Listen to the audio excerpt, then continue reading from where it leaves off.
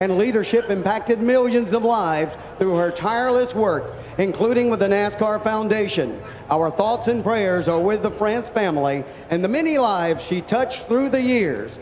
Please join us as we observe a moment of silence.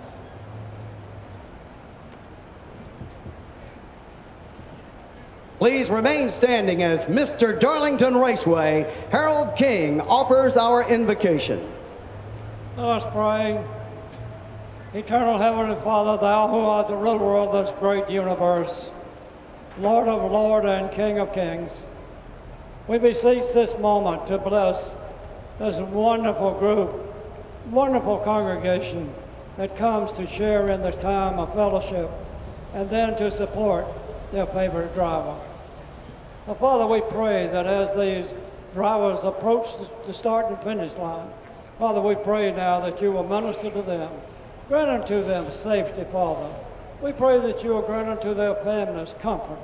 And we pray that you'll take care of their team crew and cause them, Father, to give wisdom to the driver. Father, as we enjoy this beautiful day in this great historical place, a place that had that Prince and Brazington had the vision, today we enjoy the fruits of their labor. So, Father, today, we ask your blessings to be upon their memories. Now, Father, as we enjoy all of this, let us be mindful now of the armed forces, those precious people that are there, out there, scattered around the world. They're doing everything they can to save that great symbol that we love to call the American flag. Father, it's our joy now to recognize those that are here that served in the service. Father, we thank you now for the fellowship that we enjoy. And now, Father, we pray that as we leave this place, that the power and the presence of the Holy Spirit shall abide with each of them. And now, Father, we love you, we praise you. It's in the name of Jesus that we offer this prayer. Amen. Here to perform our national anthem, please welcome America's most reliable big brother, Greg, from the Brady Bunch, Barry Williams. Oh, say, can you see by the dawn's early light what so proudly we hailed at the twilight's last gleaming, whose broad stripes and bright stars through the perilous fight o'er the ramparts we watched were so gallantly streaming, and the rocket's red glare, the bombs bursting in air, gave proof through the night that our flag was still there. Oh, say, does that star-spangled banner yet wave o'er the land of the free and the home of the brave?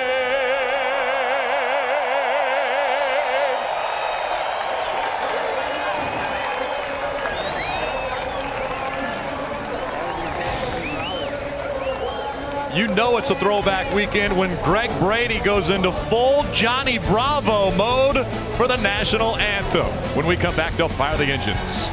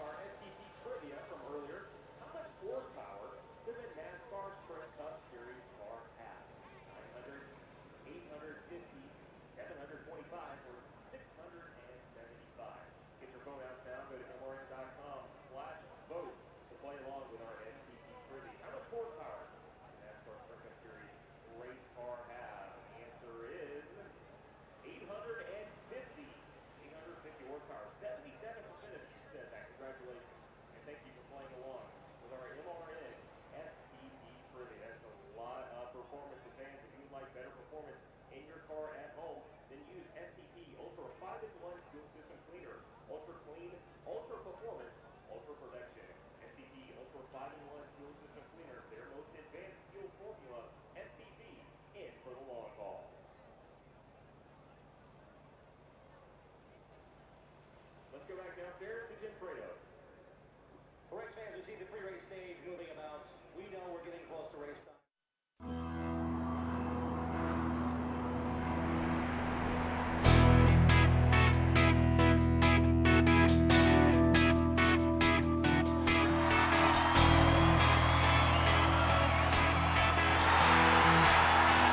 Hey, Darlington! Everybody ready, set, go. Rev it up and let's roll. There's a party in the fast lane. Got my hands on the wheel and I'm flying. Heartbeat loud as the thunder rolls. Riding in on the stampede of lightning.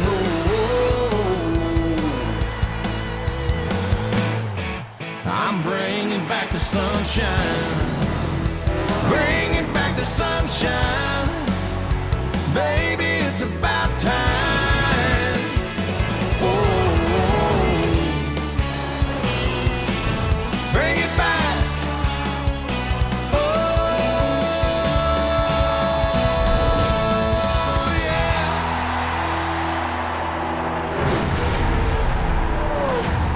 Welcome back to Darlington Raceway in Darlington, South Carolina for the Bojangles Southern 500. Let's go back trackside to Dave Burns. Back in the 1960s, Rick, Smokey Yunick's car was driven by many famous drivers, Baker, Turner, Rutherford, and Andretti. So it's only fitting that tonight, Mears adds his name to the list. Casey Mears will drive the Smokey Yunick Tribute, number 13, tonight. Mike? Meanwhile, Greg Biffle is paying tribute to 1992 Cup Series champion Alan Kulwicki with his Hooters paint scheme. And like Kulwicki back in the day, he's relettered the front of the bumper. Underbird, signifying his underdog status today. Biffle needs a win if he's going to qualify for the chase. Kelly? Mike Kyle Busch has one of my favorite throwback schemes. Why? Because it's a tribute to our own Dale Jarrett, who took this car to victory lane at the Daytona 500 back in 1993. It was also Joe Gibb Racing's first ever Cup win. Kyle Busch starts 6th, Marty. Kelly Yarborough is from Timmonsville, South Carolina, about 15 miles from the Darlington Raceway. Tonight, Kevin Harvick will drive in his honor with a Busch car and number 4, hoping to take those gold wheels to victory lane this afternoon. It's time to get the engines cranked up for the Southern 500. And now, for the most famous words in motorsports, please welcome your Grand Marshals 2017 NASCAR Hall of Fame inductees, Mark Martin, Rick Hendrick, Richard Childress, accompanied by CEO of Bojangles, Clifton Rutledge. Drivers, start your engines. You got it, buddy? Fired up when you're ready. Fired up. Yes, sir. 1, 2, 3. Crank when you're ready. Fired up. 4,200 seconds. Fired up at your will, buddy. The engines are fired up. The Pointer Sisters are letting us know we are so excited for the green flag to fly in just a moment. I'm so excited, I just can't hide it. I'm about to lose control and I think I like it. Oh yeah, I'm so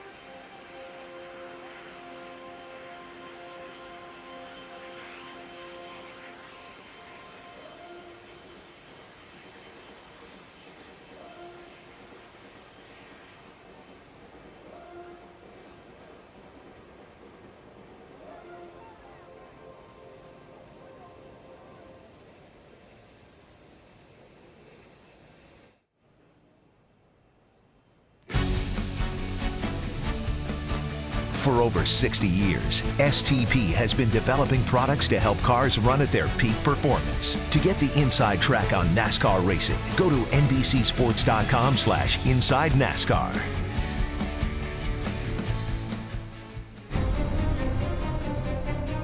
Darlington Raceway. For more than 65 years, this is where the greatest NASCAR drivers have faced some of their greatest tests. Darlington is called a driver's track. Its mile and 3/8 is one of the most difficult to drive. And tonight, this is where NASCAR goes back in time. David Pearson, his second victory in a row in the Southern 500. It's a throwback weekend, a chance to celebrate the legends that built the sport. Winning this fifth one is just absolutely fantastic. For old race fans to remember when, and for newcomers to learn. And at the center of it all, 500 grueling miles around one of the toughest tracks there is. On this weekend, the greatest test comes from the racetrack. Tonight, NASCAR past and present race side by side in the Southern 500. Welcome back to Darlington Raceway. Many of racing's legends are here on site with us, including Cale Yarborough. He is driving the pace car tonight. Cale Yarborough just had the garage named after him this weekend. Class of 2012, being the leader of the cars coming off of pit road. And let's take a look at the Mobil 1 starting grid up front. Because of points, qualifying was rained out on Friday. The starting grid based on points. Kevin Harvick, he won the 2014 Southern 500. Brad Keselowski, he is driving the Penske car that throws all the way back to Bobby Allison. Penske has one Southern 500 win back in 1975. Yeah, just behind them in row 2, we have Carl Edwards, who won this race last year, starting next to Kurt Busch, who surprisingly is looking for his first Darlington win. In row 3, we have 26-year-old Joey Logano starting next to Kyle Busch, who won the Southern 500 back in 2008.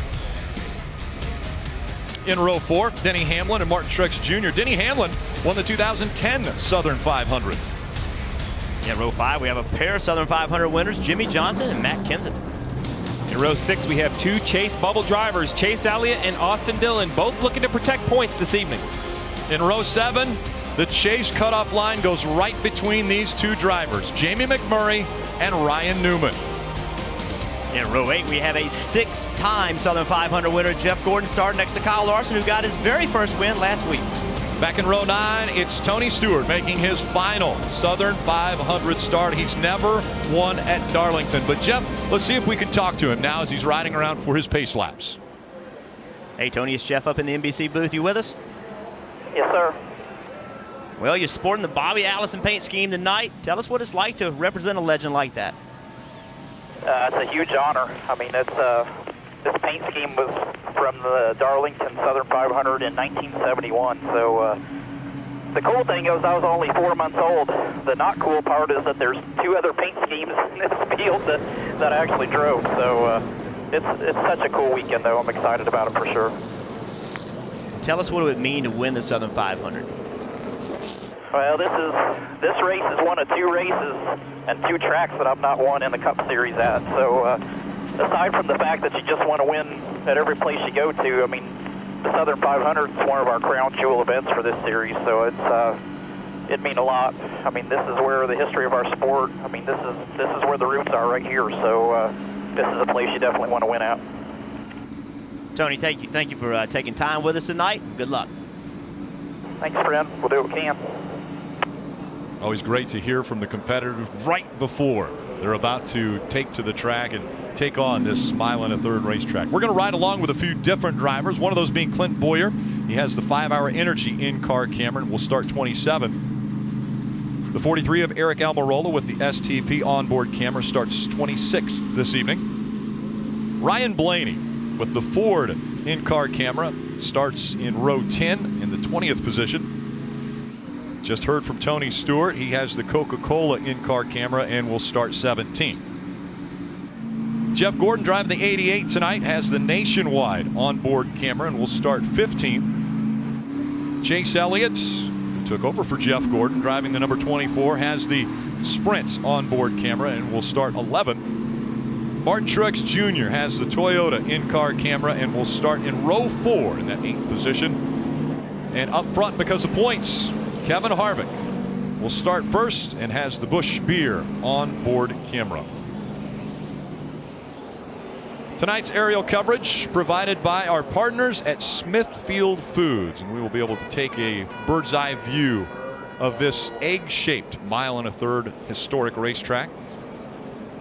And with more on the Darlington Raceway, let's take a look at tonight's GE track facts. 367 laps, a long race, 500 miles.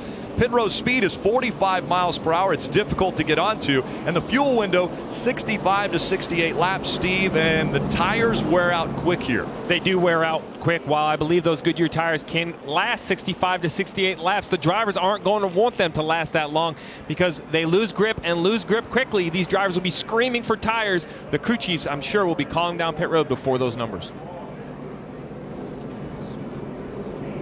And we want to take a look at most wins by an active driver presented by Sprint. That goes to Jeff Gordon. He has 7 wins at Darlington, most among the active drivers. Sprint's network reliability now within 1% of Verizon. Switch today and save 50% on most Verizon, AT&T, or T-Mobile rates. Visit a Sprint store or sprint.com/network today.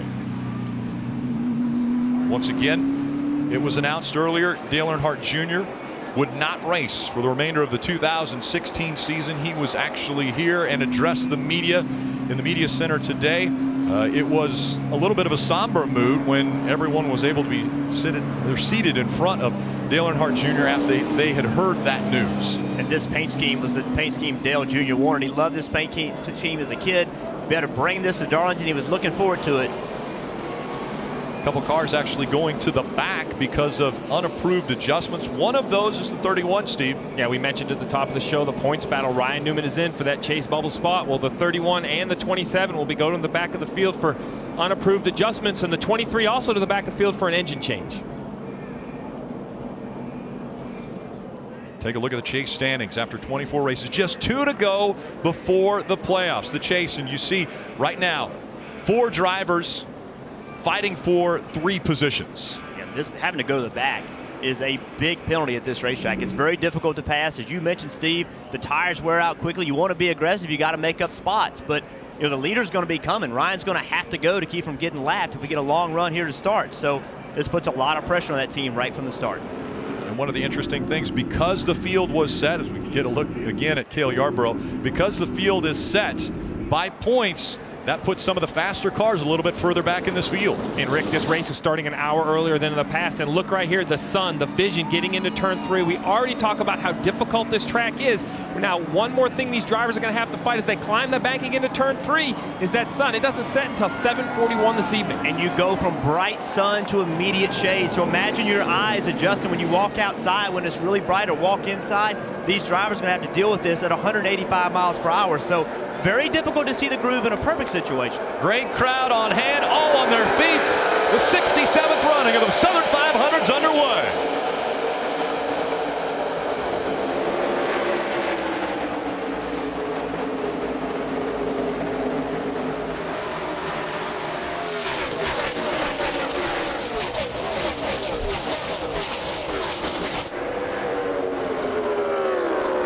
Kevin Harvick with a great start, jumps out in front of Brad Keselowski.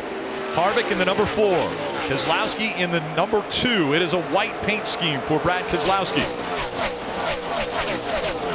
You instantly see why this track is so difficult as the drivers try to, right there, a little contact between the 1 of Jamie McMurray and it looks like the 14 of Tony Stewart. You see how difficult and narrow this track is already as they try to get single file going through turns 1 and 2. Yeah, it's very difficult getting off turn 2 side by side. Jamie McMurray decides, hey, let me just fall behind. It's too early for this at Darlington. Too wide on the X of these corners is tight. And Rick, we're going to mention these different paint schemes all night long. The different colors right there, like the yellow and blue of the 48. Some different colors for him. The 11 of Denny Hamlin and the white and red Sport Clips car. That's not just for us and the viewers, but think about the drivers. Think about the spotters. They're going to have to relearn their competitors as they see them throughout the evening.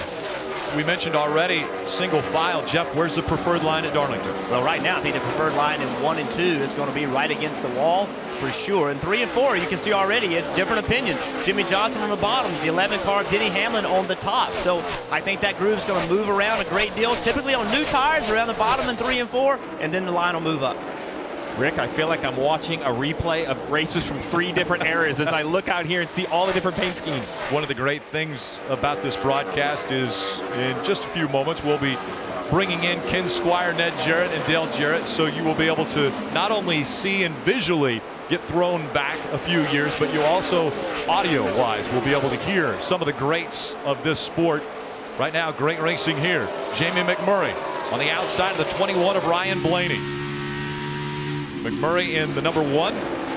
That paint scheme throwing back to when Bill Elliott drove and had the McDonald's Mac Tonight paint scheme.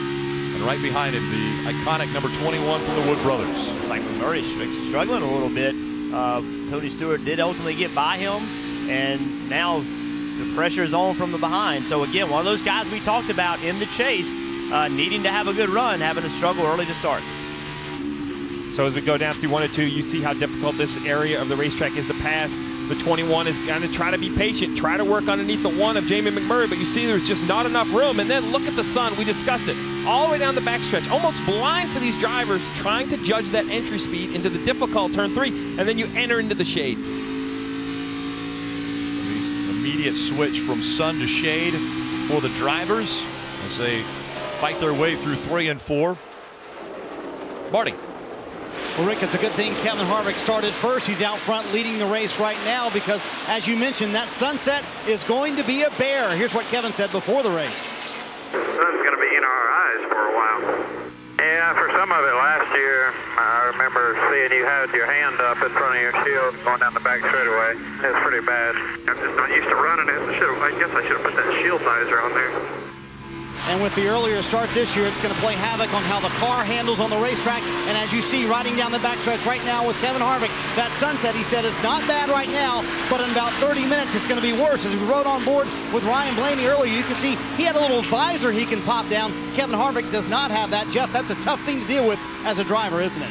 It really is, and it's something you really need to think about before the race. Knowing the race is going to start an hour earlier, that's something that the team should have reminded Kevin of. They should have had a little bit of a plan because it is very difficult getting into turn 3. Listen, when you drive down there and the sun's not in your eyes, the groove's not defined. There's no lines on the racetrack down there, at least that you can see, so it's even harder right now.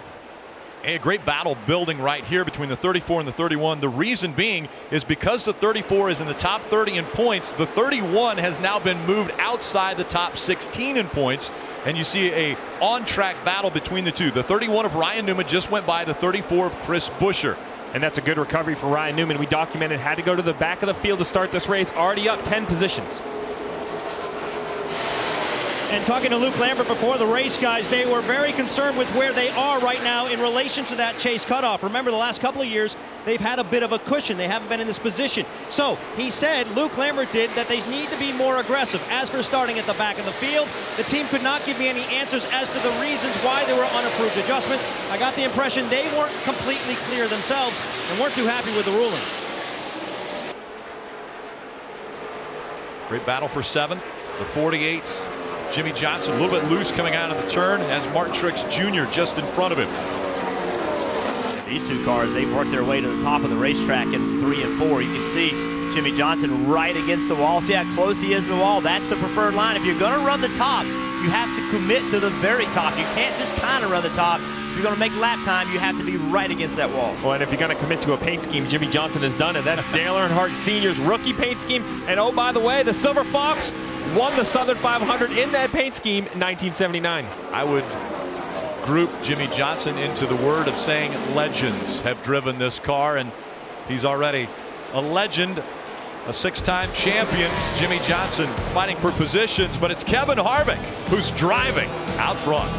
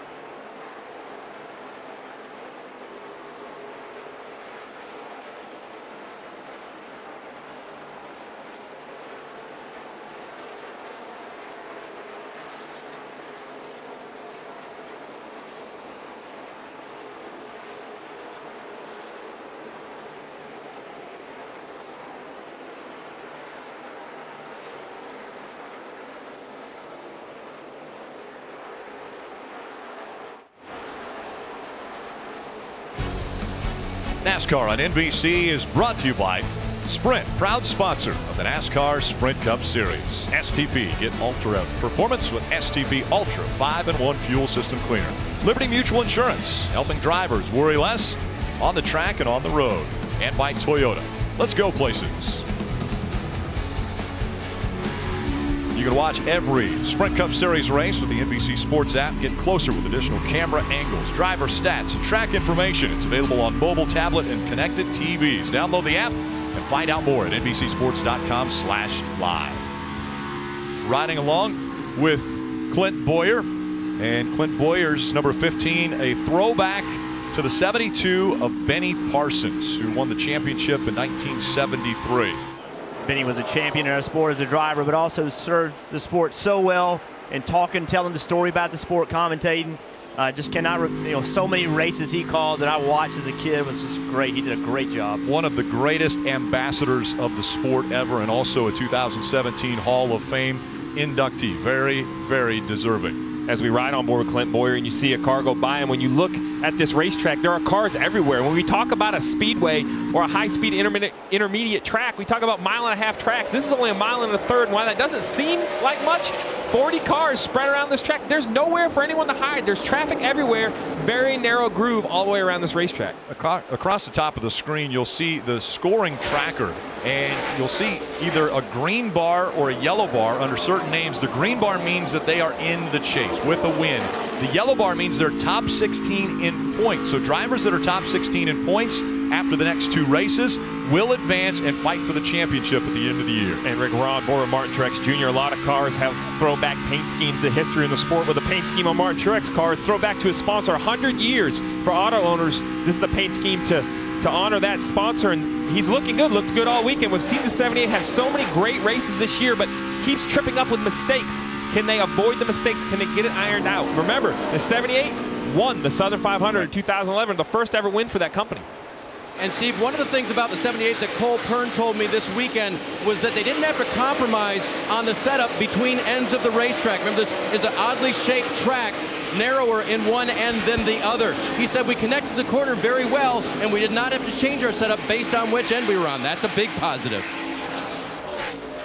We're going to talk about compromise all night, Rick. In my opinion, the compromise to Darlington is this end of the racetrack right here that Martin Truex Jr. is going into, and that's turns 3 and 4. There are 2 options to go through that. The top, right where Martin Truex Jr. is, or the bottom, down along the apron. I think you can be okay in 1 and 2 and have a good night, but to win or run in the top 5, you have to really have a good car in turns 3 and 4. Right now, the top 2 are Kevin Harvick and Brad Keselowski. The difference between the two, 2.4 seconds separating those 2. Marty.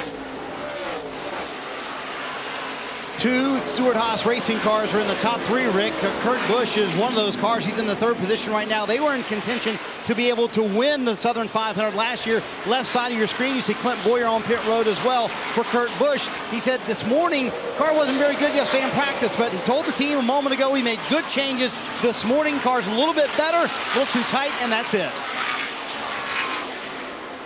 Well, we just saw the 19 car, Carl Edwards. He was all the way on the apron entering turn 1, getting around a lap car, so he had to make an evasive move to get on the bottom. That is as low as you want to be.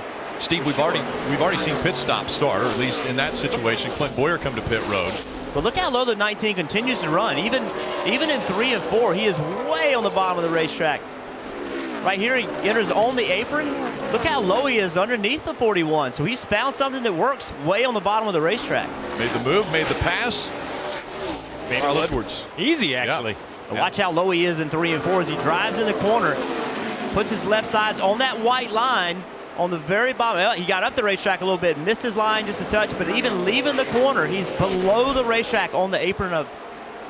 A year ago, Carl Edwards was 2 laps down, came back and won the race, won the Southern 500. Rick, we're going to talk about this all night, but 500 miles at Darlington is like 1,000 miles at Charlotte. This racetrack demands concentration. Jeff behind the wheel. This has got to be one of the most mentally demanding racetracks, as close as you run to the wall all night. Yeah, as we listen to these spotters tonight, you're going to start hearing them say race the racetrack. Well, what does that mean? That means pay attention to this racetrack. These walls will jump out and bite you. You have to run right against them. If you race the competition instead of that racetrack, It's going to bite you at some point because you're going to be paying more attention to that car in front of you or the car behind you than you are on the racetrack and the walls. Just as you say that, let's listen in to the 2 radio. I have a vibration. It's about a 3 on a scale of 10. The car is just pretty well balanced, just needing a little bit of speed. So you hear a vibration. He says a 3, 2, 3 on a 10 scale. So something to worry about, crew chief? Well, I think it's good to document. I'd be more concerned if it changes. So if it starts at a 3 and a few laps into the race, we're at a 4 or 5 or a 6. If it's getting worse, then perhaps something's going wrong. If it's something he can live with, then you're just going to have to put up with it for most of the evening. Steve, one of the biggest things about the Southern 500 and Darlington Raceway, is we see the hand out the window there, the Tide car, Tide ride, is the way this track eats tires. It just tears the tires apart. A year ago, there were 18 cautions. How many sets of tires do these guys have? Well, they have 12 sets in the pits. I think last year 18 cautions kind of scared everybody. I think early cautions were their concern, but we're already 30 laps in, Marty, without a caution. That has to be helping the crew chiefs with their tire decisions. Well, Steve, a moment ago, Jeff was talking about how this racetrack can reach out and bite you. That's what happened to Clint Boyer's team. Check out that. The right rear, no air pressure. It's called a Darlington stripe when you get into the wall. That's a pretty big Darlington stripe for Clint Boyer and his race team. That's why they had to come down pit road. But yes, you know it, Steve. The drivers start screaming for tires early in a run. We're 30 laps in, already asking for those tires. And you see the 15 back up through traffic. That's how important tires are. He came to pit road because of a flat, but he's passing lead lap cars, fast cars. Tires are worth that much here. Clint Boyer pitted from 27th, but you can see the speed that he has with the 4 fresher tires, and everyone else out on the racetrack trying to gain some position back. Out in front, Kevin Harvick now has a 3-second lead. Definitely doesn't want anyone to pull him down.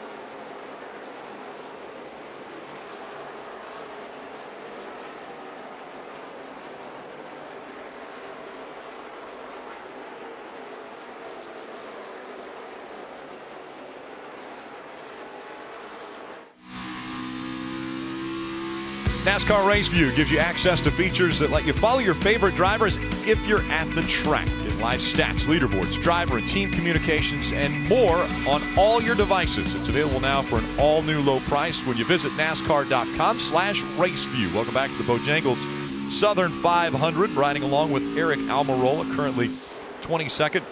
Let's take a look at tonight's Ram Guts and Glory, guys. Well, that's appropriate for Cale Yarborough, no doubt. 2012 NASCAR Hall of Fame inductee and a 3-time NASCAR champion. Yeah, this is Cale Yarborough's scheme that Kevin Harvick has chose to run here, and it's a great scheme. A 3-time champion, 83 wins, 5 of them here at Darlington. When you talk about guts and glory, I don't think there was a tougher driver than Cale Yarborough. I've always heard that story. He'd come by to lap you, you'd look over, beat red in the face, not a sweat on the forehead, just unbelievable, attack the racetrack. And of course, channeling my inner Ken Squire, Cale Yarborough's from Timmonsville, South Carolina, just 15 miles from the track. We see Kevin Harvick. See Kevin Harvick right there. Had his hand up trying to keep the sun. Watch his left hand. Puts his hand up, shading himself so he can see getting into turn 3. Now that's at 185 miles an hour, by the way. Right. So that is something Cale Yarborough would have done, I have a feeling. Look at that. He's just going to. And you see the sun right in his eye. And it's at the worst place. Right. It's as you're entering turn 3. It's not. It's at an awful place. If it were halfway down the back straightaway, no big deal. But it's entering turn 3 where the problem is. So that's the hardest corner to get into, to get your timing right, to make sure you are where you need to be at the right speed. Very demanding for these drivers. And not only demanding for the drivers, Jeff, they're going to have to do it for about the next 30 minutes. A couple crew chiefs have told their drivers that sunset's going to be an issue for about 20 to 30 minutes as Harvick's out front. Yesterday in practice, the car was not very fast for this 14, but Kevin Harvick never was really panicked. He wanted the car to get a little bit better, but he's more looking for a feel. There you see him put that left hand up once again, trying to shade himself from the sun. It's kind of what you're looking for, Jeff, as a driver. The feel, more than anything here at Darlington, is what you're after. It really is, and that's the thing, is that it's rhythm. This racetrack's about rhythm. You want to push as hard as you can, but if you push too hard, you get yourself in trouble. But you have to see where you want to be on the racetrack to get the car there. So turn 3 is so difficult anyway, and obviously this has made it more difficult. This driver's impressing me more than any. At the start of the race, had to go to the back because unapproved adjustments, and has already made his way up to 17th. And we mentioned at the top of the show, Ryan Newman fighting for a spot in the chase. He just went by Chase Elliott. Yeah, you see the bubble points there on your screen. He's still 17 back, so he hasn't made the points up. But what he has to do is, I give him win 1 in the head games division. He started dead last in this field and has run down one of his bubble competitors past Chase Elliott. And I'm sure McMurray, Austin Dillon, a few spots in front of him, they're hearing over the radio, hey, that 31's coming. Well, that's right. When you are McMurray, you see 2 cars in front of him is Jamie McMurray, and he's looking. He sees him in the mirror going down the back straightaway and the front straightaway. He sees that 31. So McMurray in the #1 blue car, a throwback scheme to Bill Elliott, he's looking at his competition coming from dead last. That means you know he's better than you. You're going to have to make your race car better. We just saw the 16 just behind the 1. There's the 16 of Greg Biffle with the Hooters paint scheme, that throwback scheme. Hooters coming back to the sport for this race. Very exciting about that sponsorship coming back for Greg Biffle. But also, Biffle got very loose there. This is about the time in these runs where the tires are about gone for these guys. And so all of a sudden now you're starting to see guys moving all over the racetrack trying to find any type of grip. Yeah, that's right. And look at the 3 car right here. The 3 car is also in the points with Jamie McMurray pushing the 3 car. That's a throwback scheme to his granddad, Richard Childers. But he's competing against Ryan Newman for these points also. So the pressure's on McMurray and Dillon right now. And you see what makes it even more difficult is as your tires wear, Rick, you're also catching lap traffic. So we see that 38 of Landon Castle trying to do the best he can to run his race and get out of his car. That's the 38 right there, that silver, goldish, and blue scheme, that J.D. McDuffie throwback scheme, trying to get out of these leaders' way, but there's only so much room on the racetrack. All of the spotters are now talking about the 31 and how good that driver is and how good that car is. Actually, let's listen in to the 2-car radio and what they had to say. One line outside. No, the line you just ran passing the traffic. Before can run that line and pass traffic a little more quickly. Okay, good to know. That was spotter coverage presented by Liberty Mutual Insurance, helping drivers worry less. And I think right now a few drivers might be a little bit worried about this long green flag run. Well, people are learning right now who has the best car and who doesn't have the best car. But Steve, it's so important for the team to be communicating with the driver, to tell them what other drivers are doing. Kevin Harvick's out here leading the race. He has no idea what people are doing behind him. And Keselowski, by the way, running second. He can't really watch Harvick's line because he's so far ahead. So that communication from the spotter is so important. Denny Hamlin in the 11. That's a Darrell Waltrip. Throwback scheme as the 42 is now on pit road. Marty? Well, Rick, here's the dilemma. You want to pit early in the window if you can and kind of short pit. We're going to see this all evening long. Chad Johnson making the call for last week's winner at Michigan, Kyle Larson, to come down pit road. So it's putting on 4 fresh Goodyear tires is going to be a huge advantage in terms of speed. We'll see if that pays off for this race team. It's going to be an air pressure adjustment to tighten up that 42, Dave. Martin Truex Jr. was running 5th, Marty, and he said the right front tire just feels like it's not working, but everything else is okay. He'll get 4 Goodyear tires and a fill of Sunoco fuel. For Denny Hamlin, his complaint, no grip at all. He'll have some grip with those fresh Goodyear tires to start out with. Kelly? Kyle Busch was good for about 11 laps, and he said he just got wicked loose, dropping from 3rd back to 10th at one point. You see it's going to be 4 fresh Goodyear tires, Sunoco fuel for Kyle Busch in that 18 car. Matt Kenseth on pit road right now. He said he's a little bit tight right now in turns 1 and 2. They're going to make a 4-tire change in Sunoco race fuel on the Tide ride for Kenseth. Good stop, he's away. Kelly? And now you see Jimmy Johnson, who's won this race a few times, said that he needed more front turn going down the hill into turn 2. His crew chief telling him just save your stuff. 4 tires as well for the 48, Mike. Ryan Newman had to start at the back of the field for unapproved adjustments, but has since moved his way toward the front. A very clean stop. Was a little bit tight. They made an air pressure adjustment. Mike, Brad Keselowski ran second for most of that run. He said the balance is decent, but it needs to be a little bit tighter in 1 and 2. He didn't mention a word about that vibration after he mentioned it the very first time. 4 fresh Goodyear tires for Brad Keselowski. For leader Kevin Harvick, he hits pit road. He said he's lacking a little bit of rear grip all the way around, and air pressure adjustment to tighten up that car. We'll see where all these green flag stops cycle out, Kelly. Ryan Blaney in that 21 iconic car said that his car just got mad tight, but then it started to get loose going down the hill in that turn 2. 4 tires for Ryan Blaney.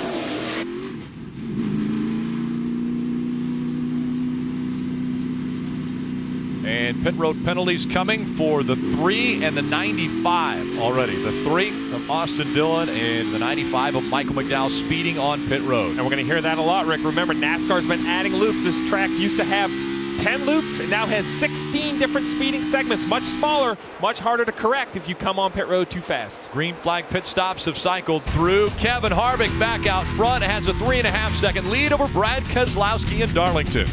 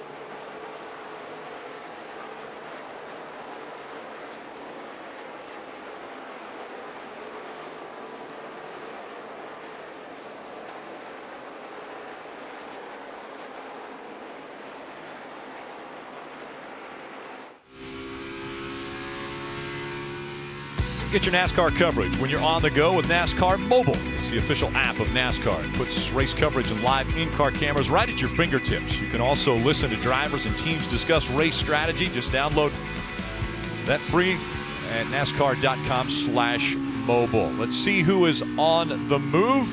Brought to you by Chevrolet. And most definitely, Ryan Newman on the move, plus 19 positions. Paul Menard as well, 19 spots. Kyle Larson, Chris Buescher, and Greg Biffle all on the move. You know, Rick, we've talked a lot about Ryan Newman because he is in that chase bubble spot, but Paul Menard also had to go to the back, and you see him right on that list, gaining a lot of positions, 19. Following his teammate Ryan Newman up to the field. There's been a lot of talk that 27, I think, felt good about his car in practice, and it's showing so far in the race. Yeah, let's don't forget about Greg Biffle, the 16 Hooters car right in front of the 31 of Ryan Newman. You know, we haven't talked a lot about them being a team that could possibly win a race and get themselves into the chase, but there is no question that the 16 of Biffle is capable. He is capable of winning a race at Darlington. Get him in the right spot, and it could be interesting.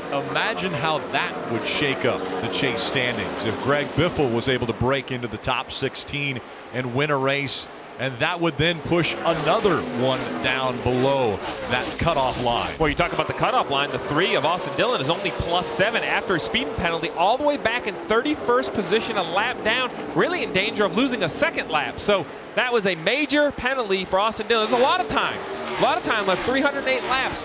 But we've heard about mistakes. You have to try to eliminate or at least reduce the number of mistakes. Awful early to make a mistake for Austin Dillon, this 3 team. And Steve, it is a long race, so a lot of time to recover, and that's the one thing that Slugger Labby did tell Austin Dillon, that's his crew chief, is to listen, we have a lot of time to recover from this, but coming into the race, they put a lot of emphasis on Darlington.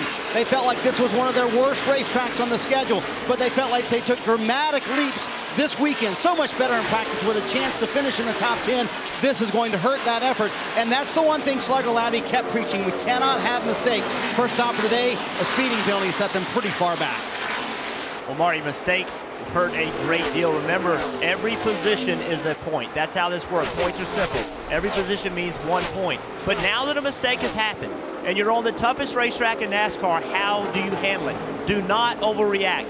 It is lap 61 of a 367 lap race. Don't try to do too much. You're not going to make it up in 30 laps. Be patient, grind it out, find a way to get a good finish. Don't make a mistake after the first mistake. Well, and you saw the graphic about pit road, the major changes, so many different speeding loops added, the distances much smaller. So Austin Dillon, rest assured, sir, you will not be the only driver, I bet, that gets caught speeding on pit road today. Let's get a few quick updates from pit road. Kelly. Starting with Jimmy Johnson in that 48 car. He has 3 wins here at Darlington. One of them gave Hendrick Motorsports its 200th victory. That was back in 2012. But even with that success, Jimmy says the respect that Darlington commands is incredible. Competing there is no easy feat. His crew chief, Chad Knaus, told me he felt good about their car. He felt like they could be competitive all night early in this run. Jimmy has said that his car was a little bit tight when he came to pit road. They made an air pressure adjustment to help him out there, Dave. Kelly, remember last week at Michigan, Chase Elliott had a chance to win but did not. Alan Gustafson, his crew chief, told me that night Chase called him to talk it over, and he said, okay, now we're done and let's get over it. Rear view mirror, we're going to Darlington. He believes Chase can win here tonight. He'll have to get some grip in that car and some tightness out of it in order to be able to do it. Mike? Dave, this is the 5th time Jeff Gordon has been behind the wheel of the 88, subbing for Dale Earnhardt Jr. But unlike the first 4, Jeff Gordon said this was the first time during this stint where he felt like he was giving legitimate notes and legitimate feedback during the meetings. That's because he's so familiar with this package at this racetrack, having run it here a year ago. He's also a 7-time winner here in Darlington, so that's not too bad either. Right now, no turn. He'd like the car to just be a little bit more free through the corner. Rick?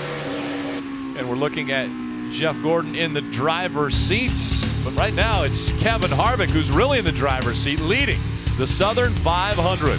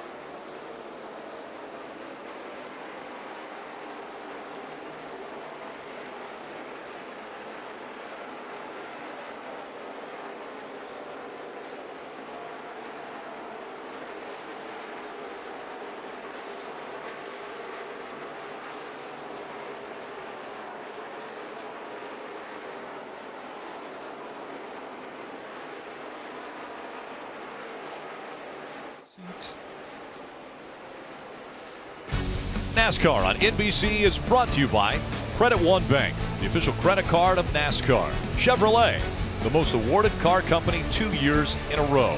Sonic, fly on over for buy one, get one free boneless wings Monday through Thursday after 5 p.m. And by Progressive. Stay on track with great rates at progressive.com.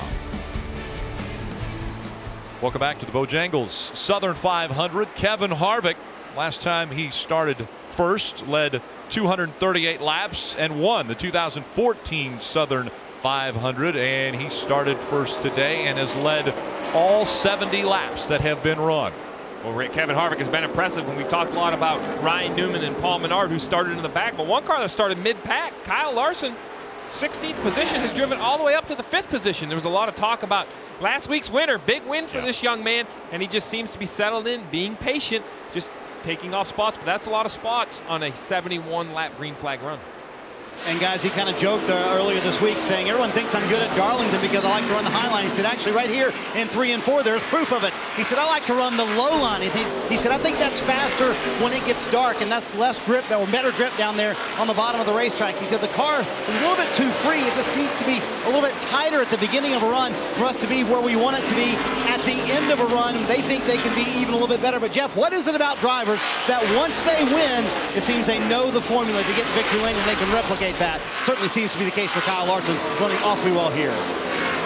Well, I think confidence means a great deal. We've seen Kyle Larson be fast in races and not find a way to finish them off and win the race. But last week shows him that he can finish races off. We already know he has speed. The question is, when can he find a way to not make a little mistake, to not have the pit crew make that little mistake, to jump over that hurdle and get that first win. But after you get it, something happens. It's confidence with everybody that says, hey, this guy knows how to win. And mainly, the driver, he knows that he knows how to win. Yeah, but listen, I'll be to the point.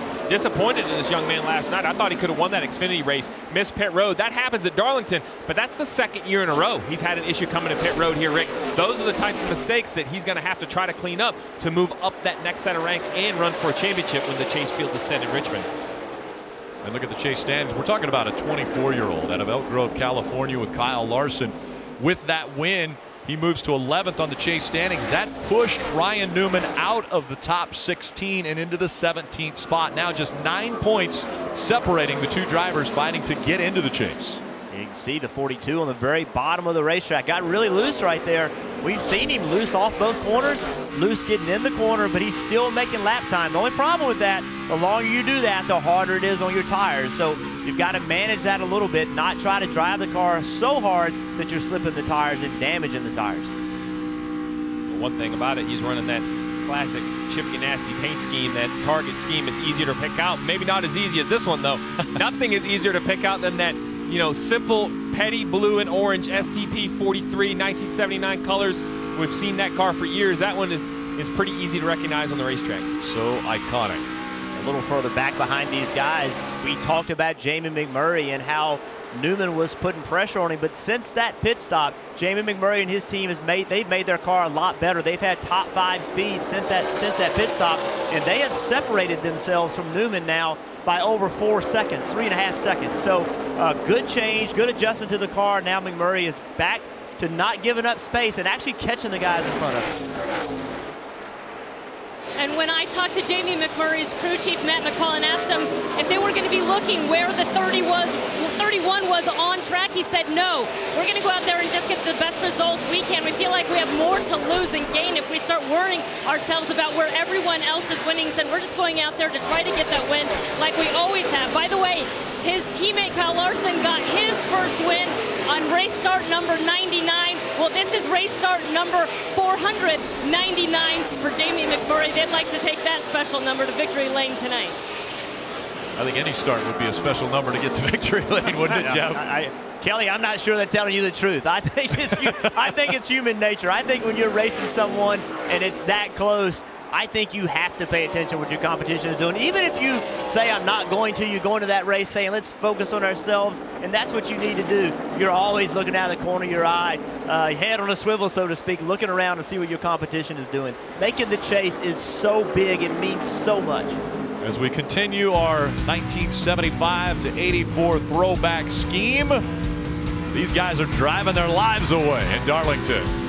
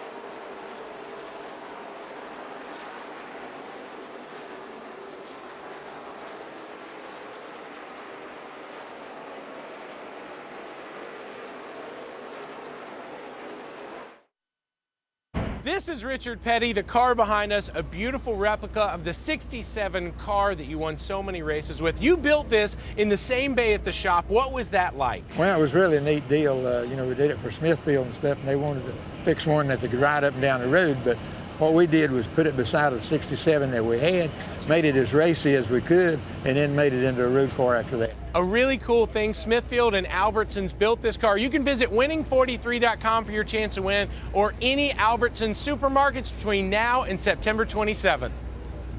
And once again, for more details regarding winning the King's car, visit winning43.com. And there is the iconic 79 paint scheme from the King. And that race, the Daytona 500, when he was able to win the Daytona 500 back in 1979. What an incredible win, and really put NASCAR on the map. Rut.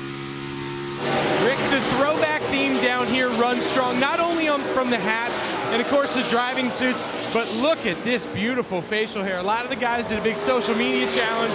It was all about the Fu Manchu, the mustache hiding right back there. The crew guys look good. The team, everybody's getting behind it. But there's something about these STP colors running around Darlington that just makes everything feel right down here, Rick.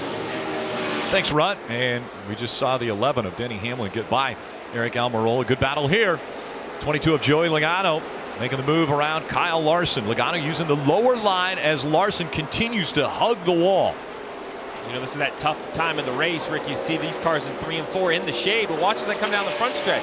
They're going to pop out into the sunshine and go into turns 1 and 2. So this end of the racetrack still has the sun on it, still has the temperature in the asphalt. These two ends are already very, very different. And now the temperature is going to make them drive even more different. 30 minutes until the sun sets, or is we're being told the sun will set at 7:41 here on the East Coast in the Darlington area. So about 30 minutes until that happens. So the drivers for 30 more minutes are going to have to deal with looking into that sun as they go down the back straight into turn 3. And I think what we're seeing right now is Kyle Larson, you know, he's not running as fast as these guys are. He just looked too loose early in that run. And when you're loose at Darlington, you just eat those tires up. So he's going to continue to probably lose spots here. It's just so hard on tires. But like a veteran, losing spots in control. He knows there's 279 laps to go. This is actually something we've been looking for out of Kyle Larson. We know he can make speed. We talked about mistakes. Avoid mistakes. Let these cars go. Come to pit road. Work on your car next round of pit stops. And Steve, things move fast here at Darlington. Remember, Chad Johnson, the crew chief for Kyle Larson, was the first one to come to pit road last time. Now we're entering that window, probably about 8 laps away before they do it again. The move, though, is to be the first car to pit road. That's how he was able to gain so many spots. Just that one extra lap on those fresher tires helped that 42, but they're paying the price for it right now. Kevin Harvick out front, Brad Keselowski. Matt Kenseth has made his way all the way up to third, looking fairly impressive as we look at Kevin Harvick trying to get around the 27 of Paul Menard. Remember, the 27 was penalized before the race and had to go to the back. Well, the result of that is that Kevin Harvick has caught him and is trying to put him a lap down. Paul's done a good job of fighting him off. Can't fight him off any longer, though. But just ahead of Paul Menard in the 4 car is Greg Biffle, Chase Elliott, Ryan Newman, Tony Stewart. So they're going to have to get going because the leader is coming. Kevin Harvick, impressive, mistake-free so far. 91 laps into the race, he's led everyone. And as pit stops get ready to start happening under green, you're going to have to be careful not to try to get on pit road too quick here and get penalized. Mike.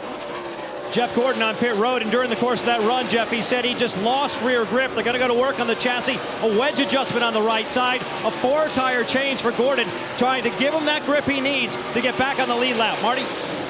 And once again, Kyle Larson, the first of those lead lap cars to come to pit road. Chad Johnson making that call. So they put themselves in a situation here where they're going to short pit almost every stop today that they can. You see those 4 fresh Goodyear tires. Terrific shot of that pit stop for the Target team. And he wants a little bit of a change to tighten up the race car early in the run. They feel like that's what's hurting them at the end of the run. Kelly? Jimmy Johnson had been running 6th. He said he needs more front turn and he could use a little more overall grip, but he said especially more grip needed in the rear. He had lowered the track about a little bit. You see him giving the chassis adjustment there, and it will be 4 Goodyear tires and fuel for Jimmy Johnson. Meanwhile, the 18 of Kyle Busch, who just took off a little bit too tight on that last run, but then he said it was definitely getting better as he ran. He wants to keep heading in that direction, Mike. Ryan Newman continuing to battle from the back, a 4-tire change there. The car's been a little bit tight again. An air pressure adjustment for him, but he's been moving forward all night long. Behind him, Joey Logano coming to pit road, who's had a nice run into the top 6. The car not very good in practice yesterday. They made several changes, including put a part of Brad Keselowski's setup on this car. It's going to be 4 fresh Goodyear tires. You see the wedge adjustment for Joey Logano, who's been dealing with a tight condition for much of that run, Mike. Matt Kenseth in the midst of a very strong run, running inside the top 5 much of the night so far. Car trending just a little bit loose as the run went on. They're going to go to work on the chassis, take a round of wedge out of the left side and a 4-tire change. Rick? And the caution's going to come out. The 6 looked to be spinning around trying to get to pit road. I believe that's what it was. Trevor Bayne gets around and the caution will come out for the first time. It couldn't be at a worse time in the middle of green flag pit stops, Jeff. Yeah, this is bad timing for everybody. It's going to take a little while to sort this out. You know, some cars may got it lapped down in this sequence. The 6 car of Trevor Bayne made the mistake definitely dead, or we see almost every race here. Getting on this pit road is very difficult. You have to get on so much slower than you think. So we're going to see Trevor Bayne as he tries to get on pit road. Right now he's in the middle of 3 and 4. See McMurray on pit road. He's trying to get slowed down, has the brakes locked up, can't get it turned, tries to get it turned and spins the car out. So this is something that happens over and over at Darlington. Spins right in front of the field. Luckily nobody else got into it. And a pretty heads-up move there. The car that was behind him decided not to come to pit road at that time because he knew the caution was about to come out.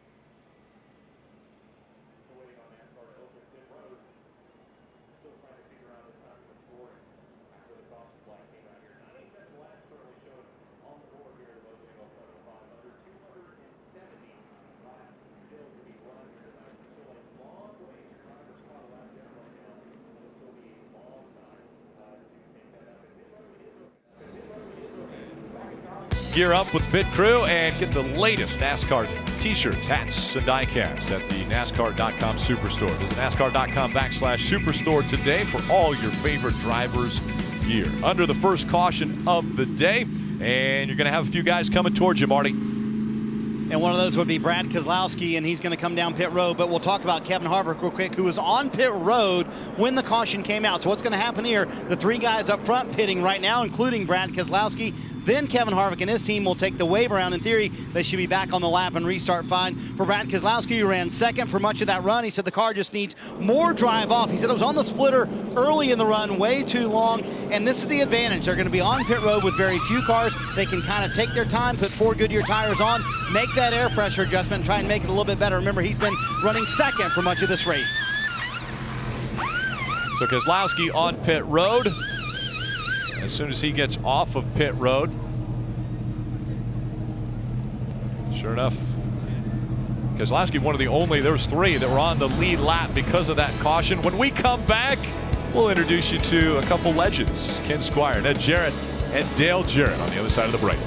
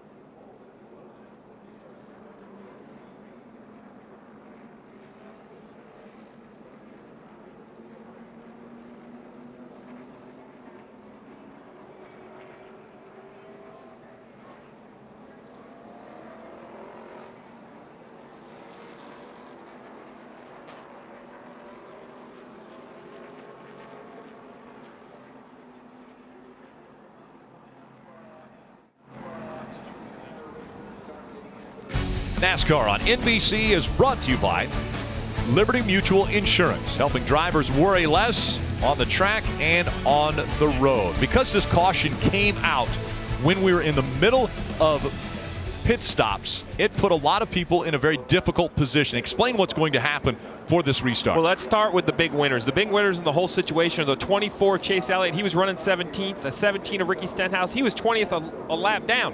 The caution comes out. They hadn't pitted yet, so they're going to gain a ton of track position. But for all the cars that had pitted, who were 1 lap down, there were only 3 cars in the lead lap. They come to pit road, puts all these cars a lap down. Well, now they're behind them on the racetrack. So at 1 to go, everyone that's in front of the leader on the racetrack gets to drive around the pace car. That basically gives them back in the lead lap. So let's talk about Kevin Harvick, Matt Kenseth, Martin Truex. All the front runners we've seen today, they're going to get what's called a wave around. It's basically a free pass by the pace car. Going to lose some track position, but importantly, Jeff, they won't be a lap down. Yeah, that's right. It's a little confusing, but once they give the 1 to go, you'll see who's going to take the pass around. It'll be pretty clear. And the 34 gets the free pass. So Chris Buescher will get the free pass and get his lap back He was the highest scored lap down car at the time of the caution. Well, what really hurts is Ryan Blaney. Ryan Blaney was running 14th, which unfortunately for him was far enough back. Look at, because he's going to take the wave around. But his issue, Rick, is he lost a lap in this whole situation. So because of where he pitted, it's very complicated. There's nothing more confusing in oval track racing than the wave around. And here it is. The pace car pulls over.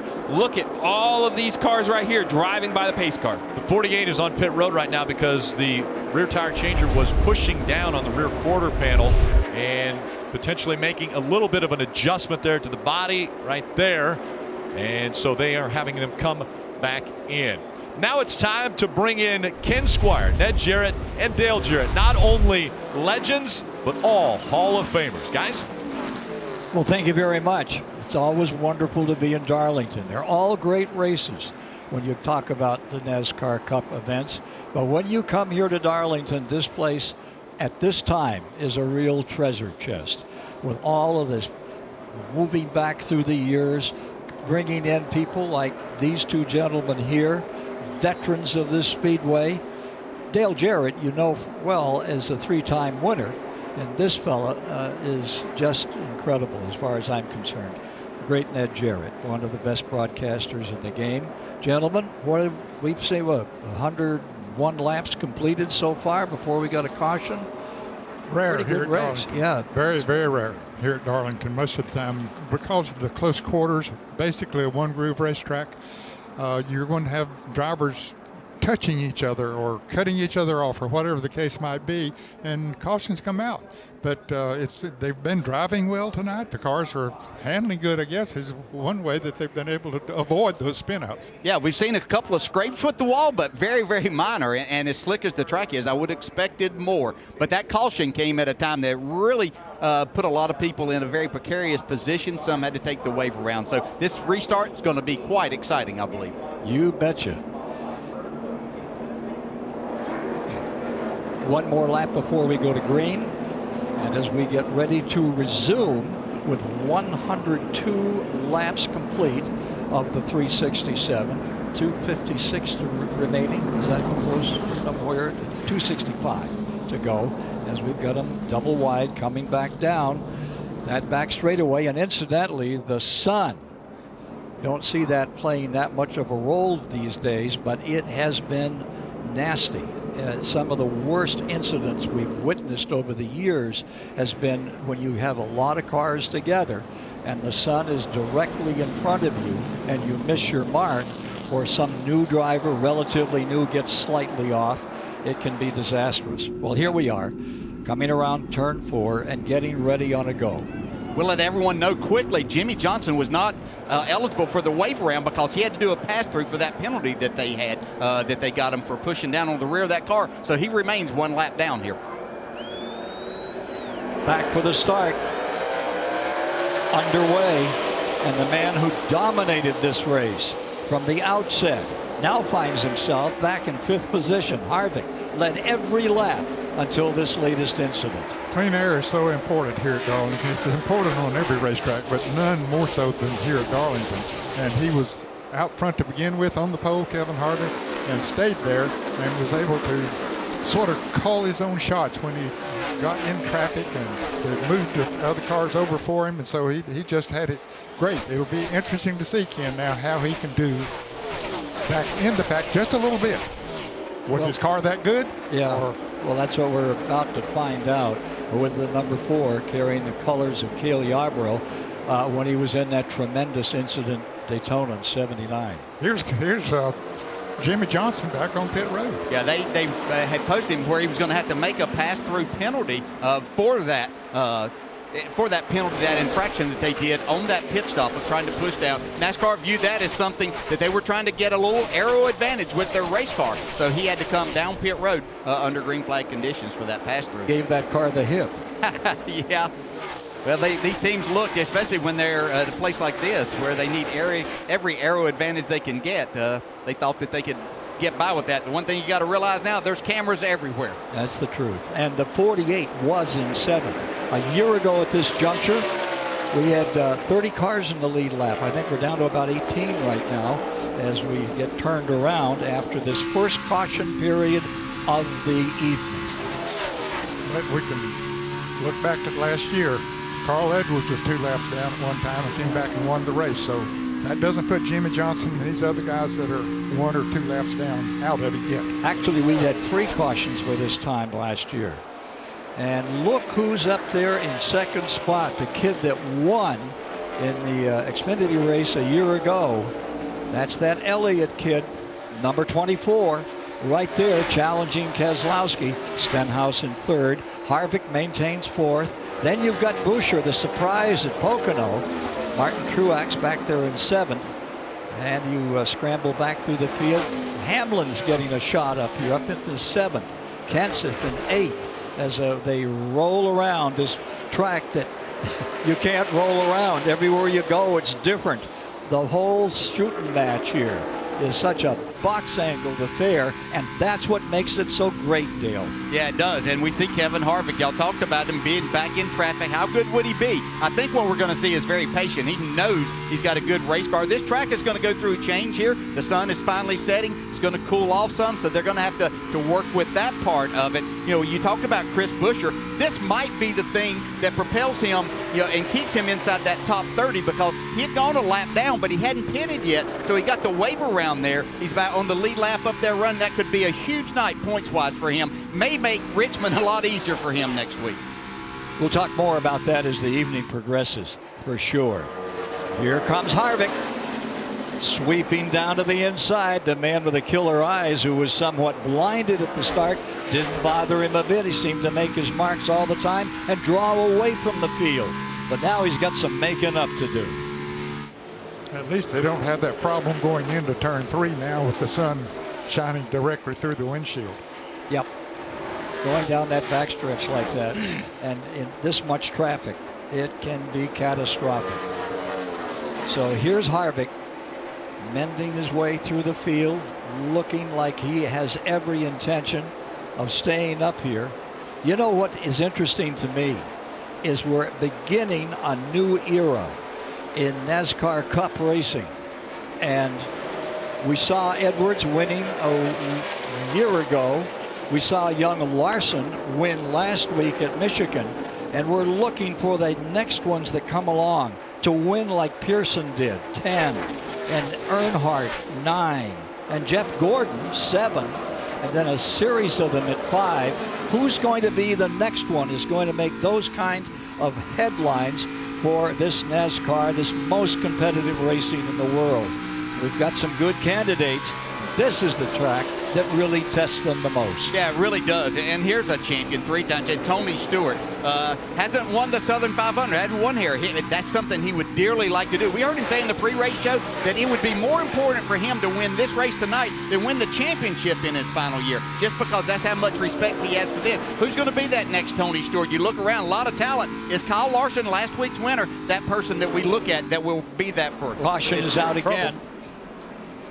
And I think it's the same situation as before. Somebody's trying to get on pit road, and they lose control up in turn 3, trying to get it into 4, quad and on pit road. And we saw it yesterday. Even the guy that won the race spun out there. Yeah, Brian Scott, he's been having some trouble with his car. It looks like he's got some tires down. That might be from the slide. He was 24th before that. But what this is going to do now, Austin Dillon was in that spot where he was the first car a lap down. That's going to get him back on the lead lap after being penalized for speeding on pit road during that those last caution periods. So that's going to help him tremendously. Dale, tell us about how tricky, how troublesome it is to get on pit road on this racetrack. You know, they talk about they haven't changed much about this track, but we see more people miss pit road here through the years. Now we're going to look at a replay here. It looks like a little contact there that Brian Scott got a little help in the left rear. Not sure exactly who that is coming at us. Bit of a drop kick. Yeah, it looked like it could have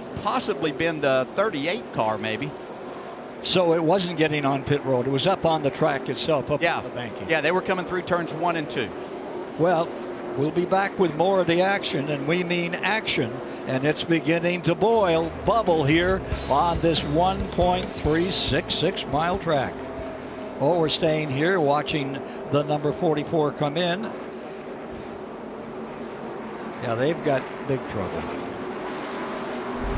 you've got no choice but to lock it up and try to keep it out of the wall there. But everybody's going to be coming to get some more tires, Dave.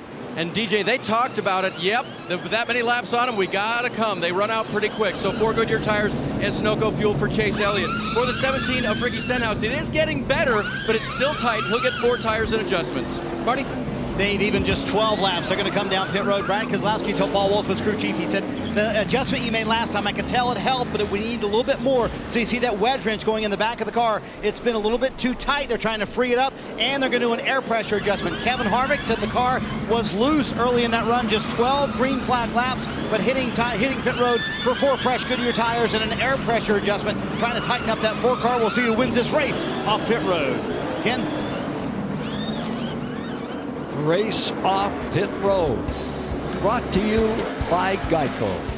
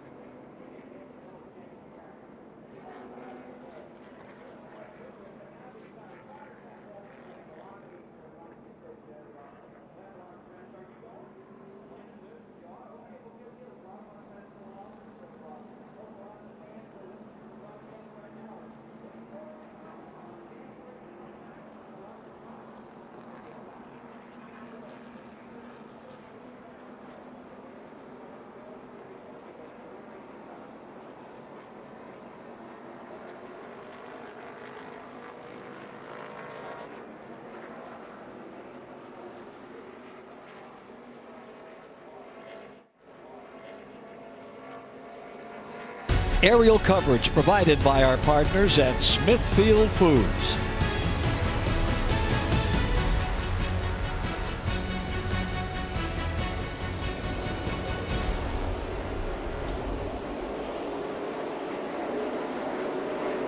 Back with you once again, and there's the sun where you want it to be and not in your windshield as we get ready to get after it again. Keselowski will be the man on the point, and young Elliott, Chase Elliott, will be riding in the second position. Harvick in third as we square off and get ready to fire them up once again on this track, which is unto itself the most challenging of the super speedways. No matter how you figure it, it doesn't figure anyplace else on this racetrack. The corners are different. The straightaways, that you have to set up for them differently. There's not anything here that you can rely upon like you do so many tracks. Right here at this track, every inch of it seems to be a challenge. And that's what every race driver looks for, is a challenge. And boy, he gets it here more than any other track that I ever raced on. It was the most challenging track, and as a result, it's the track that I like the most. Well, it's the one you won by 14 laps on. I was lucky, very lucky. Lucky, my purple. Well, lucky to finish. Yeah. That was the deal. Okay. Got 20 cars on the lead lap now. Brian Newman is the first car one lap down. Field up for a start. Under green. Keselowski slips right out in front. Throws the block and comes to the outside. Opens the inside to number 4. Let's see what Harvick will do here. Chase Elliott in that beautiful yellow and black machine holding on to him as they come down out of turn number 2 and into the back straightaway. Almost a disadvantage to restart second on the outside where Chase Elliott was there trying to get down into turn 1, especially if that third place car like Harvick gets a good restart. Martin Truex maintaining that 4th position. Martin Truex could be a major player in this race before it's over. They were very optimistic when we chatted with them this morning that they have this one figured out, the combination right. There goes that old number 18 that you know pretty well, Dale. Yeah, it looks like a good car. I think Dad had the pleasure of calling that car to a nice victory for our family. Down the Daytona 500. Yeah. Brings back very pleasant memories. And Dale Jarrett's going to win the 500. One of the special moments, certainly for the Jarrett family in the sport of auto racing. So we have Kenseth running in 6, as you see. Stewart's there in 11. Harvick is holding on to that 2nd spot, and we'll see what he's going to do with Keselowski. Elliott hanging in there tight with Martin Truex, and then Ricky Stenhouse, the 17, a factor at this point in the event. Yeah, while we got a little break right here, I'll document a couple of things that happened under that last caution as the leaders came to pit road. We had some guys take the wave around. We said Austin Dillon got the free pass. Paul Menard, Ryan Blaney, Eric Almirola got back on the lead lap there. Ryan Newman did go to pit road, but he's still 1 lap down battling Greg Biffle for that. Jimmy Johnson took the wave around. Instead of being 2 laps down, he's just 1 lap down. Don't forget, Carl Edwards was 2 laps down at one time last year, came back and won this race. And Stewart is up to 11th position in number 14 in his quest to win this 500. There's Eric Almirola. You can see how concentrated he is. He's not moving those eyes, moving that steering wheel, though. That's a constant here at Darlington. You're always moving that steering wheel. You're either catching it or setting it, one or the other. Catching it as that car begins to want to go up that track, head for that fence.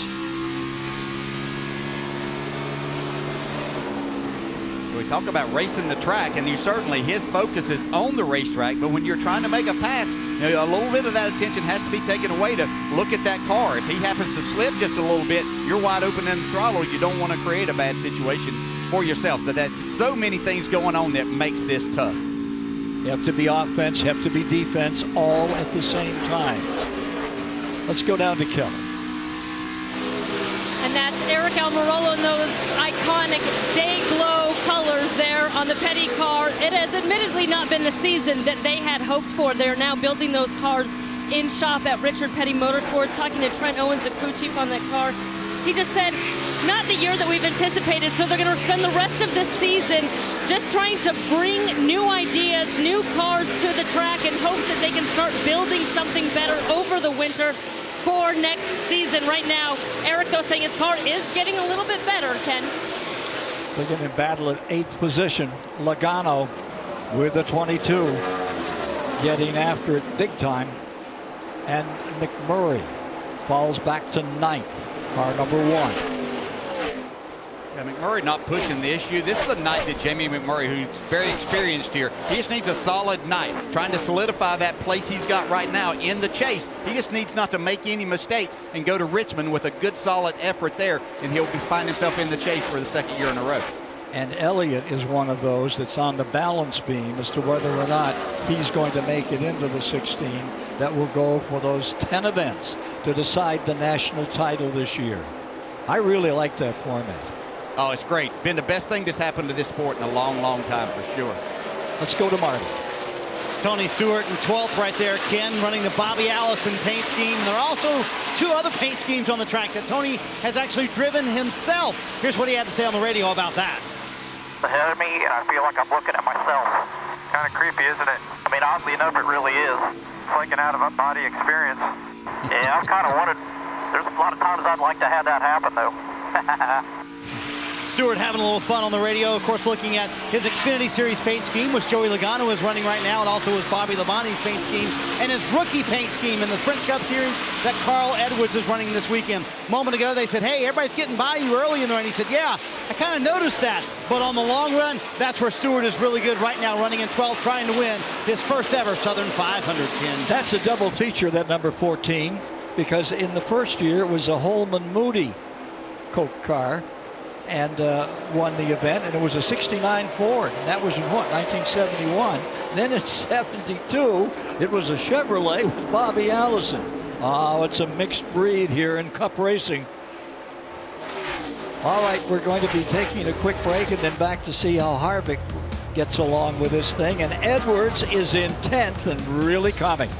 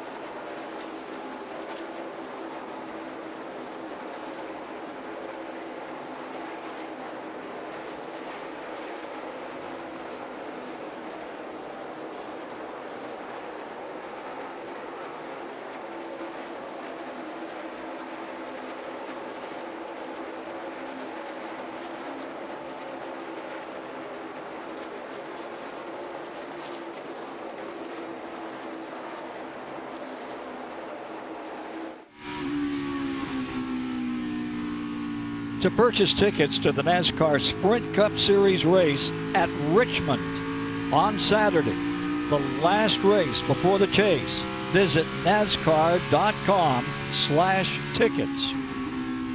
Well, right now, Edwards is a major function again in this race. He won it a year ago. Can he win it again now?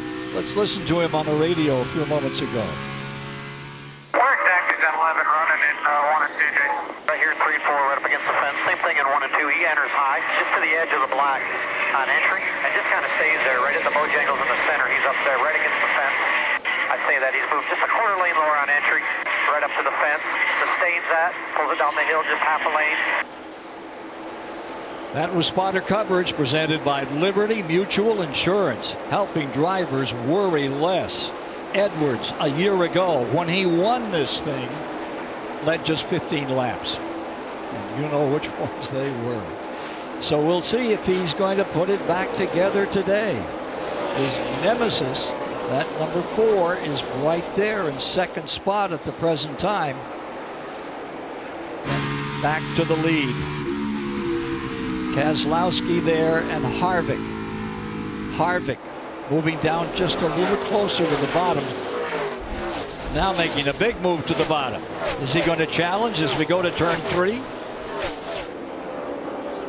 Yeah, Harvick's been very smart here tonight as he worked his way through traffic after getting back there. And I think Harvick has a little bit of Cale Yarborough and David Pearson mixture about him. He knows when to attack, and he's ready to do that at any time, but he's also smart enough to understand that there's a lot of time left in this race. Here they are. Oh, the two sliding up the track. There's the opening, and down through the hole comes that car, number 4, back into first place. The entry, you're fine. Clear all around. He just flat lost it for a moment, and he had to lift off the throttle and get back into it. Perfect example of what we talk about. We heard Jeff Burton talking about it earlier, about racing the racetrack, and that's what happens when you start racing your competitor. He knew the 4 was in his mirror, so he tried to get a little more speed through the center of the corner down in 3. Got really sideways. Did a nice job of saving it, did Brad. But that's what you do all night on this racetrack, is you save it time and time again. You just don't set the wheel and get through the corner. Take a look at number 11. Making a good run. Hamlin is there. Edwards after him. Edwards picking up. He's in 10th at the present time, would like 9th.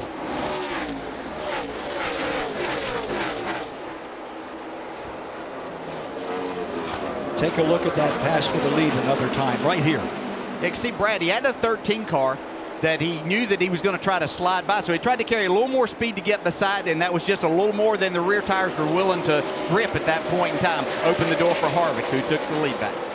And there you saw the old Smoky Unique colors, the 13 in the picture, but not a player at this time. Yeah, Casey Mears struggling a little bit, but you can see just how that door opens. Harvick ready to pounce. Again, that's very reminiscent of what we watched David Pearson do here many, many times in winning 10 races at this racetrack. Well, and Cale had some pretty exciting moments, because he won races back when you still had that turn where you had to shave the side of the car, and if you didn't shave it, you didn't get the haircut. That's right. Yeah, Cale Yarborough is just one of the toughest competitors here. I watched him. I had the opportunity to race against him here some. So he was just so tough to beat here. Let's go down to Marty. Well, Ken, all Friday activities here at the Darlington Raceway were canceled because of Hurricane Hermine. So the drivers and crews got an extra day at home. What did Joey Logano do with that extra day at home?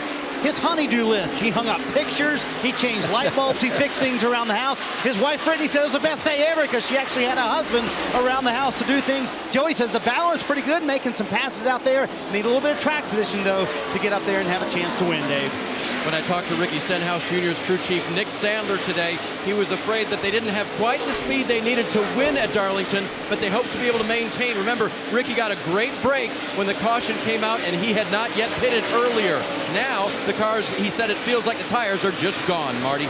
Dave, we talked about Kurt Busch in the top 3 earlier, now running 13th. The car for much of this night way too loose. Now it's gone a little too tight, so they found the edge and gone over that for Kurt Busch, trying to get back to where they were earlier with that track position now too tight, Kelly.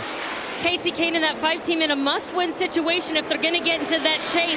May have gotten a little inspiration this week. Hendrick Motorsports invited Marcus Luttrell, the former Navy SEAL who wrote the book Lone Survivor, which became a movie, to come speak. Crew Chief Keith Rodden said if you had a heartbeat, you couldn't be but moved by what he had to say. It was very inspirational, great message for us. Even when times are tough, you gotta keep digging. This is team never quit, Dave. Chris Buescher is trying to have a solid night and maintain his 30th points position so that he can use that win from Pocono. He got a free pass earlier, which was a big bonus for him, but since the restart, he's lost 11 positions, a very loose race car. And also, all night long, crew chief Bob Osborne has been getting pretty frustrated. He has to have everything translated from his driver to him through spotter David Keith. Whatever Chris says, Bob has a real hard time picking up. Don't know how these radios work, but one gets him and one doesn't. Remember that Bouchard, Boucher, out of the Infinity Series, is in critical point in this race. He's got to have a good run if he intends to be around for that championship run at the end of the year. So we'll see what happens. Harvick in front, Keselowski in second.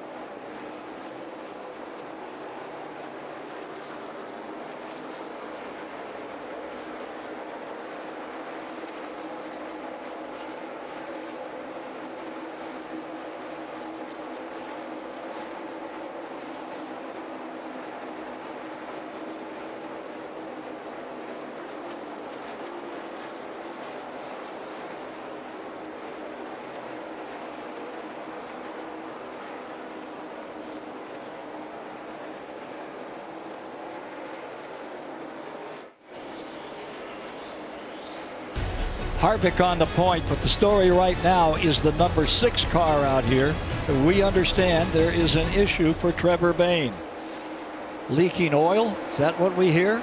Well, we're hearing some reports from maybe some other drivers and spotters about that. Don't see any smoke. Oh, and on this racetrack, how can you tell? You slip and slide no matter what happens. They paved this thing the last time in 2008, and the drivers love it because you really do have to learn to skate. Let's join Rutledge for a moment. Thanks, Ken. We know this track is iconic, but how about an icon of this sport? Right over my shoulder, Leonard Wood, who is in his original uniform. They started wearing those in 1973, a few updated logos. Glenn and Eddie Wood are actually wearing brand new pants that their dad had stored away in the attic, but you can't talk about Darlington without mentioning the iconic Wood brothers and what they've done here, guys. No possible way. When they brought David Pearson back on the scene, it changed the whole history of American stock car racing like few others have ever done it. Of course, the Wood brothers were there. Well, my gracious, they were there before you were, Ned. Down Yes, at they the were. track in Daytona on the beach, no less. They were a team in the very first races of NASCAR. The pride of Patrick County, Virginia. Great people. Battle for second place developing here. There you see that number 24. This Elliott kid looks like he has all the makings to go the distance, don't you think, Dale?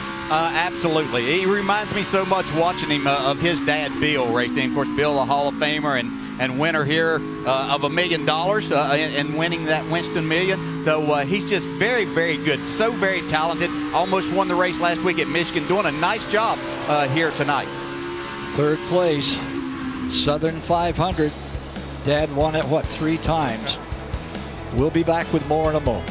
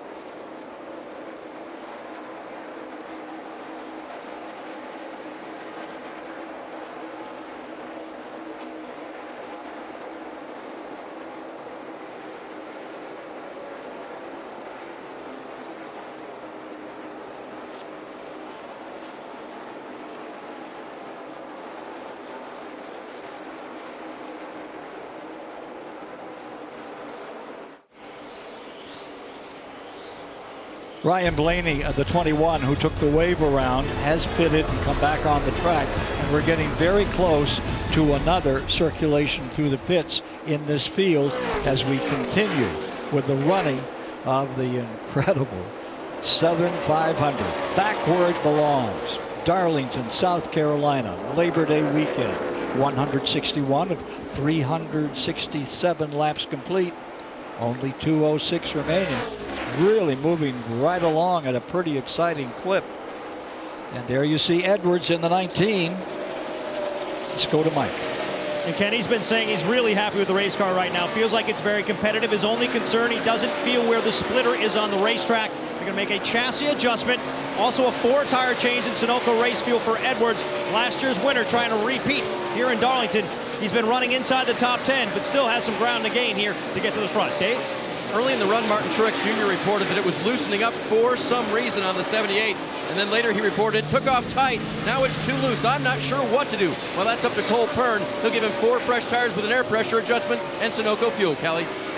Kyle Busch had been running 7th. He said he was really tight to start that last run. Stupid tight effects. You see the chassis adjustment they made there. They're also going to give him 4 Goodyear tires, fill them up with Sunoco fuel, Marty.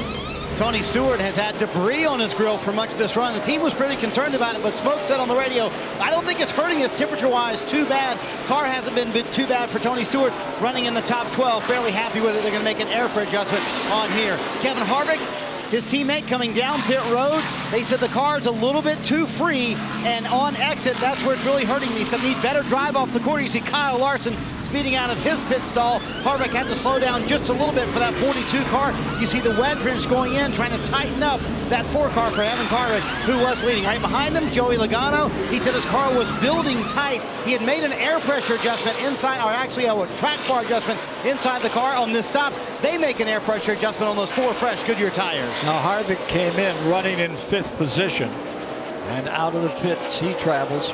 And let's go back to Marty. Again, we saw Brad Keselowski get so loose on that run and lost the lead. He said, I need some rear grip bad to Paul Wolfe, his crew chief, way too loose. And he said he maxed out his track bar during that run. It was going away quick. You see the wedge adjustment and an air pressure adjustment as well, Kelly. And Jamin McMurray in that one car said he was a little bit tight in 3 and 4 and struggled a bit in traffic, but overall pretty good. 4 tires for the 1. Rotated him all the way up to the runner-up position for a moment. Back on the track, the number 31, who, if you're just joining us, started with a little imperfection, a slight problem that the inspectors didn't like. So he had to come out of the shotgun position, and he came hell's a-poppin' at that time. And Ken, it was an unapproved adjustment that put him at the back of the field. He's formed a pretty good run, making his way back to the front. You saw the 4-tire change, also a chassis adjustment. The car had been bad loose in that run. They're trying to tighten him up now. Number 6 has gone back behind the wall. Oh, that's unfortunate. That's the car we talked about. Yep. Possibly oil, Trevor Bayne. Some oil, and finally send him to the garage. Yeah, I think he had gotten down on 7, maybe even 6 cylinders. So it looked like when he came in to the pits, a lot more smoke. So unfortunate for Trevor Bayne here tonight. So Harvick has command of the event at the present time. And what an event this one is. Tremendous crowd here for tonight's program. Car number 4, 1.3 second lead over second place. Number 2 prior to those stops. Kelly? Well, last year we saw Carl Edwards come back from 2 laps down to win this thing. Jimmy Johnson hoping he can do the same. He got 1 lap back by staying out under the last caution. Now just 1 lap down after serving a penalty. He has been working the track bar inside the cockpit. They've been giving him air pressure adjustments throughout the early stages of this race to help the handling of the 48. And you see they're going to give him 4 fresh tires for this next stint. Ned, he reminds me so much of you. This guy, as he comes back out, Jimmy Johnson. I mean, he always seems to be under control. Doesn't just race, but he races under control. Well, that's quite a compliment to put me in his category. I was going to put it the other way around, fella. Well, I do like his driving style, and very smart, and takes advantage of situations. And of course, his crew chief, Chad Canals, has a lot to do with that too. Let's go to Mike. And guys, Greg Biffle's been looking for front and rear grip. A 4-tire change here. They'll also make an air pressure adjustment and a full load of Sunoco race fuel. Biffle, desperate need of a win if he hopes to make the playoffs. Has a lot of ground to make up right now. Back underway as we go through this rotation on pit road. Car 31 back in a free pass position at the present time. So that's a break for sure for that fellow that needs a break at this point if he intends to be back in the championship run this year. Gentlemen, thank you both. Had a swell time. It's great to be back with you too. And we're getting ready to get back with Rick and Jeff and Steve Letarte. It has been a real honor to be back doing this. And thank you, NBC, for allowing us to come back and have fun and reminisce a little bit here. At Darlington. Yeah, highlight of my year each time we do this, gentlemen. You both have done so much for this sport. Thanks for allowing me to tag along with you and be right here and see how things are really done. Well, we'll see about that. Okay, we're down to it again. 171 of 367 now in the books. It's a wide open contest to decide who's going to win this 500.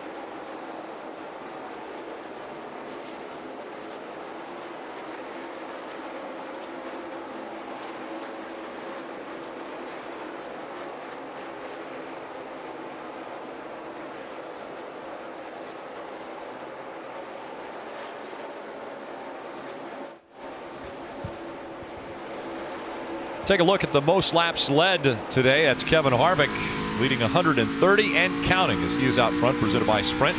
Sprint's network reliability now within 1% of Verizon. Switch today and save 50% on most Verizon, AT&T, or T-Mobile rates. Visit a Sprint store or sprint.com/network today. Kevin Harvick back out front after wrestling the lead away from Brad Keselowski. He has led now 131 laps. Keselowski has led 47. Chase Elliott running third, one of the drivers that is in that bubble position. The three drivers currently above the cut line: Chase Elliott, Jamie McMurray, and Austin Dillon. The guy that's just outside the cut line, Ryan Newman, a lap down, and now behind Ryan Blaney on the racetrack. Because Ryan Blaney is ahead of him, Ryan Newman not eligible for that free pass. Yeah, we were riding along right there with Chase Elliott. What a turn of events. If you look back when Trevor Bain spun, he was running 17th. What a great break. You know, lap 95 for that car got him all the way up to third. But I'm a little scared to talk after hearing those three legends on the broadcast. That it's going to take some poking and prodding to get me back involved, because what a And guys, what an honor. What an honor to be a part of the same broadcast as three of the greatest that have ever not only been a part of the sport, but have put headsets on and called the races. And so it is quite an honor to just be a part of what's going on here with NBC. Yeah, truly three legends in this sport. I mean, you know, that word is probably used too much, but in this case, legends is an appropriate phrase. And legendary 21 making his way to pit road, Kelly. Yeah, and problems there for Ryan Blaney. Many laps ago, he actually got into the fence in turn 3. He thought he saw some tire smoke. The team said they thought it looked okay. He came to pit road anyway. He was the first car to come to pit road during those green flag stops. They thought everything was okay there, but obviously now Ryan just reporting that he's got a flat tire, so now they will bring him back down. He has not had much luck here at the Lady in Black. This is going to cost him more track position, probably another lap. Rick, we were riding along with Ryan Blaney on the in-car coming down pit road. He was fighting. The wheel was moving 90 degrees in both directions, so he's definitely fighting that issue. They're going to change 4 tires on the 21 because he comes into pit road. You would think that Newman would then be the lucky guy in the situation, but it's now Jeff Gordon as we watch him saw on the wheel. That's Ryan Newman trying to keep it straight. Ryan Blaney. Oh, excuse me, Ryan Blaney here at Darlington trying to keep it straight. I was mentioning Ryan Newman because it was Blaney that was in front of him for that free pass, but now Jeff Gordon has been put a lap down, and so Gordon now has the advantage of the free pass if the caution comes out. And Rick, I know this is going to sound silly. Halfway. We're coming to halfway. We talk about racing the racetrack. Ryan Blaney, there you have it. That's what happens to rookies at the Lady in Black. Unbelievably, Chase Elliott, he won his first Xfinity start here. Doesn't seem like a rookie yet tonight, but we are only halfway. They got to continue to remember. You're not racing your competitors yet, are you, Jeff? You're still racing the racetrack. Race the racetrack, still racing. And as you mentioned, just past the halfway point. Let's go through the field, brought to you by Nationwide. We start with Marty. Rick, just a dominant night for Kevin Harvick, leading 137 laps so far, out front once again. And when I talked to Rodney Childers this morning, he said, what makes Kevin so good here? He knows how to manage his car during a run. A good example earlier, he was back in the field, slowly worked his way back up to the front where he is now. Behind him, Brad Keselowski, he said, last year in this race was one of the toughest losses they had in 2015. They had 196 laps and finished second. You never know what can happen at Darlington. Car a little bit better for him right now. Joey Logano a moment ago had a moment with Chase Elliott trying to track him down, and that team right now struggling with a car that builds a little bit tight the longer they run. Rick. And the 88 has made his way onto pit road, so Jeff Gordon again was in front of Newman and was a lap down. Now he is on pit road service to that car. Mike? And he's been complaining throughout the course of the night, looking for grip. This time, though, saying the car's very loose to make an air pressure and chassis adjustment along with 4 tires. The car just has not been to Jeff's liking throughout the course of the day.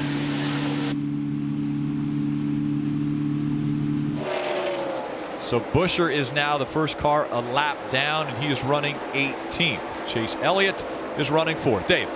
Earlier tonight, Rick, we talked about, we would hear the word compromise a lot. When I talked to crew chief Alan Gustafson this morning, he said that they were going to compromise leaving turn 3 and 4 a little bit alone. He said it's a better place to pass, but turn 1 and 2 is treacherous. So that's where they spent their time. Right now, Chase is managing both sides of the track, Kelly. What a difference a year makes for champion Kyle Busch. It wasn't until after this race last year that he got locked into the top 30 in points to make the chase. Remember, he missed 11 races. This time, second on the chase grid. Adam Stevens, the crew chief, says that's freed him up to try out new things and make him better prepared for the chase, Dave. 78 and Martin Truex could see the 11 of Denny Hamlin right there, the white car growing larger and larger in his mirror. So he started asking, well, where is he running? Higher and higher was the response. Sometimes you want to be a leader. At this track, sometimes you have to be a follower, even when you're in front of the other guy. As for the guy behind him, Denny Hamlin, his car was really loose on that last run. They made an adjustment that last time, and Hamlin has better control of it on this run. Mike?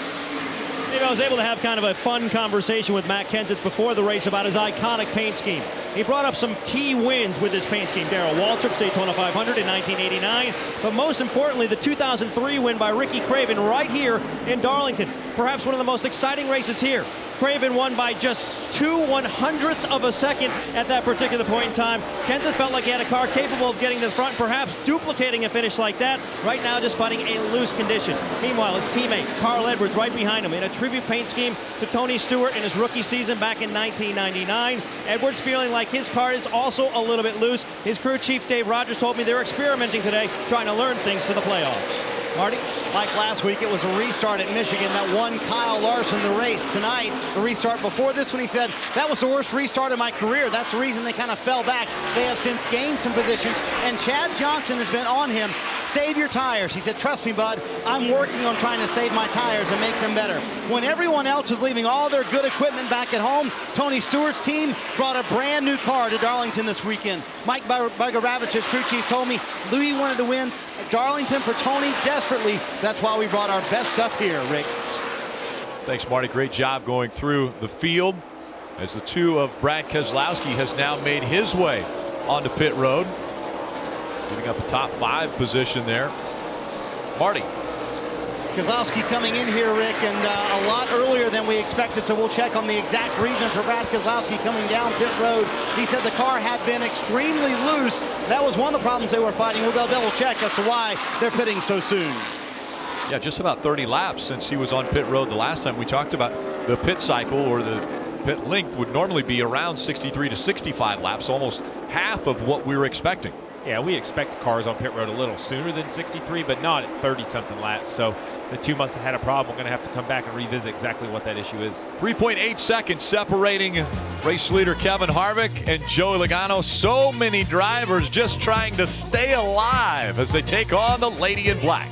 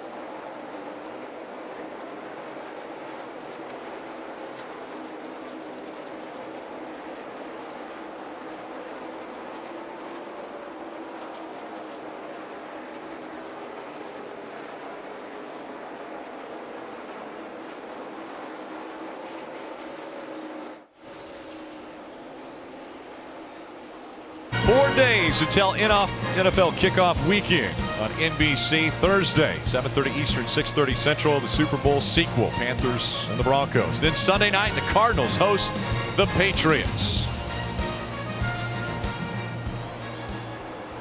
And race leader Kevin Harvick has 3.3 seconds over Joey Logano now, as Brad Keselowski has fallen out of the top 2 for the first time all race. Marty? He was running second, Rick, and coming across the start-finish line, he said the crew something might be wrong going through turn 3. Here's a conversation he had with Paul Wolfe. I don't have much longer left here, Paul. Or go as long as you can. Just tell us when you're coming. When this lap, it's starting to push the brake pedal back. And he came from turn 4 immediately, so not a lot of conversation. The team was ready, and they did find a loose left rear wheel. It lasted 27 laps into the run for Brad Keselowski and his team. Remember, they had a vibration a little bit earlier. The two were not related, though, so that was a loose left rear for Brad Keselowski, who's now fallen back into the field, Rick. Yeah, and he is the first car a lap down. He's running 17th. Austin Dillon is the last car on the lead lap, running 16th. And Rick, when he says he's going to push the brake pedal back, what basically happens is the wheel shakes so much that it takes the pads of the brake system and pushes them back in the caliper away from the rotor. So when you go to step on the brake pedal, you have to push the pads back up against the rotor. That's how you know as a driver, Jeff, it's severe and you need to make some decisions quickly. Exactly. You have to pump the brake pedal to get the brake pads out to the rotor. It's the only way you can get them to work. So that's a big vibration when it's vibrating bad enough to push the brake pads away from the rotor.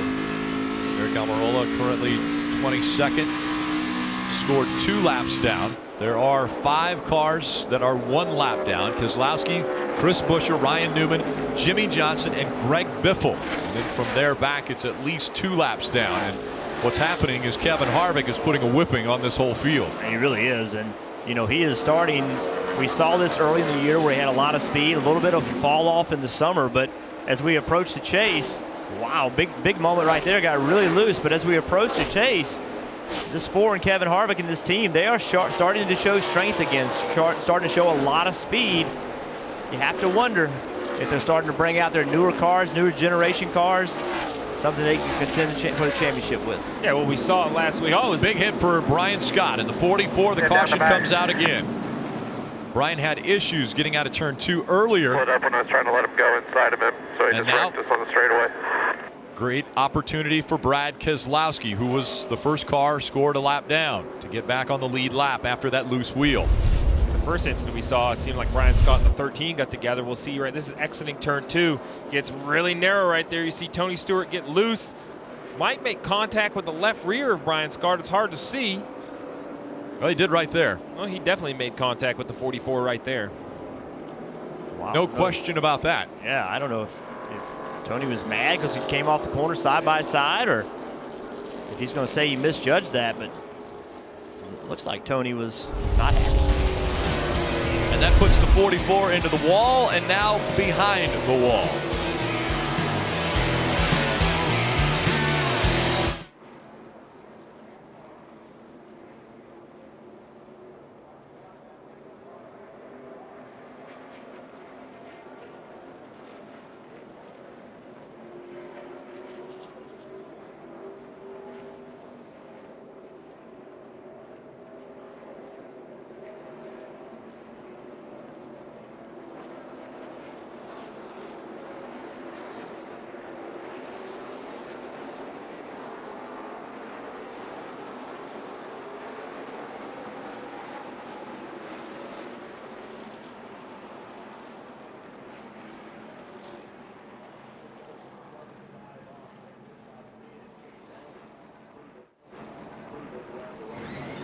Back at Darlington Raceway, the leaders are hitting pit road. Chase Elliott pitting from the 3rd position. He said, you can't make the nose any tighter on this race car, but it is pretty good right here. As for the 11 of Denny Hamlin, the car was so good that time, passed 4 cars on the racetrack. They'll make no adjustments on the 11.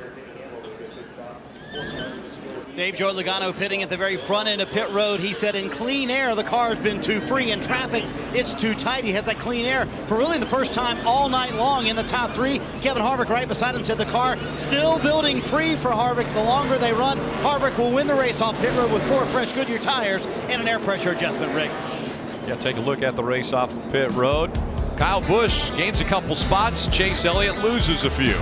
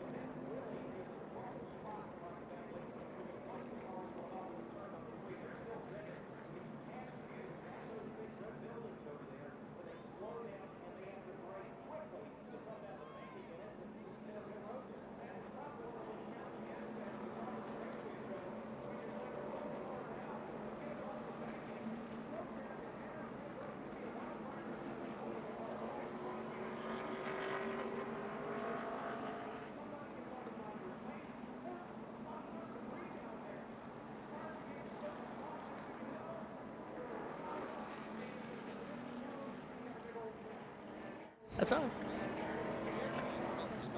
Welcome back to the Bojangles Southern 500. The third caution has come out. It was the 44 of Brian Scott getting into the wall. Looked as though he may have got a little help. He definitely got a little help. This is exiting turn 2. Tony Stewart on the lead lap. Brian Scott 4 laps down. You see Brian doesn't concede the spot. He has every right to race Tony Stewart off the corner. Tony gets loose. It looks to me like Tony's frustrated. It's hard to defend the 3-time champion at car control. I don't think he misjudged it. I think he just basically took his frustration out on Brian Scott. Yes, one of two things. Either misjudged it, which is at this point in the racetrack, it's really no excuse for misjudging it, something like that, or he got upset thinking Scott should have given him the space and ended up getting into Brian Scott. So either way, certainly on Tony Stewart's shoulders. Tony Stewart running 11th. He's still on the lead lap. 17 on the lead lap, including Brad Keselowski, now back on the lead lap.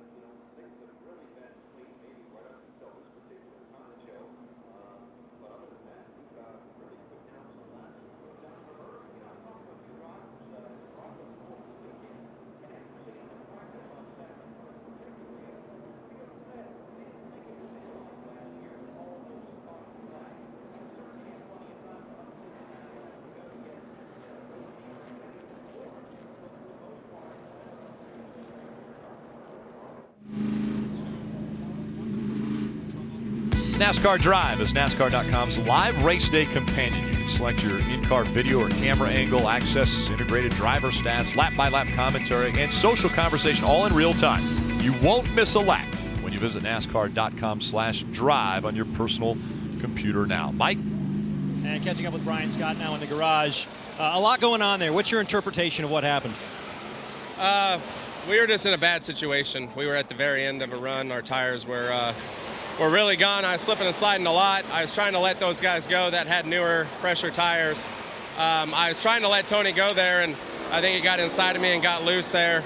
Then I was still trying to point him to the inside to let him go, but apparently he got mad with me. I just want to thank Twisted Tea, Ford, Albertson, Shore Lodge, everybody that came on board. I got a lot of respect for Tony. He's always raced me really clean. I'm not sure what he thought was going on there. I'm not sure if he thought I was trying to hold him up. I wasn't. I was trying to let him go, and even pointed him to the inside. Maybe he thought I was giving him the finger or something. I'll talk with him. We'll figure it out. I hate it. You know, it was a tough race. Southern 500 is a tough race. Everybody's slipping and sliding a lot, and it's getting to the point where people's tempers are getting short. Thank you for your time. Thanks. Brian Scott, obviously a pretty candid explanation of what he thought happened. Absolutely, and just to put a period on the story, NASCAR has asked for driver and crew chief of the 14 to meet them in the NASCAR hauler at the conclusion of the race. I thought Brian Scott did an admirable job in this interview of telling his side of the story, but doing it respectfully, because you see right here. Clear, all clear. Pictures tell the tale. And so once again, we're 2 by 2 getting ready for the restart. Kevin Harvick, Joey Logano will make up row number 1. Harvick has chose the inside line once again. Logano will restart on the outside. And Kyle Busch, Denny Hamlin, Chase Elliott, Martin Truex Jr. as they enter the restart zone. And a great start for Harvick once again. Yes, it was. That was a great start. Wow. Harvick checking out. And it's Kyle Busch who's moved up to second now. Also a great restart for Kyle Busch. Yeah, I was going to say, we have a kind of a new player at the fray. We haven't seen Kyle Busch in that bright green Interstate Batteries Toyota towards the top 2. He's run well, run in the top 10 most of the night, but he's worked his way up into the top 2. And two other people we haven't talked much about tonight, Denny Hamlin and Matt Kenseth. This is the kind of race you expect those guys to run well in. With 156 laps to go, this is the time of race you start to see these guys come. So they've got the track position they need. Now let's see if they have the cars that are fast enough. Say that, but once again, I'm going to talk about that yellow and black 24 of Chase Elliott, driving like a veteran. Harvick, Busch, Logano, Elliott, Hamlin, Kenseth, Truex. Think of the veterans around him.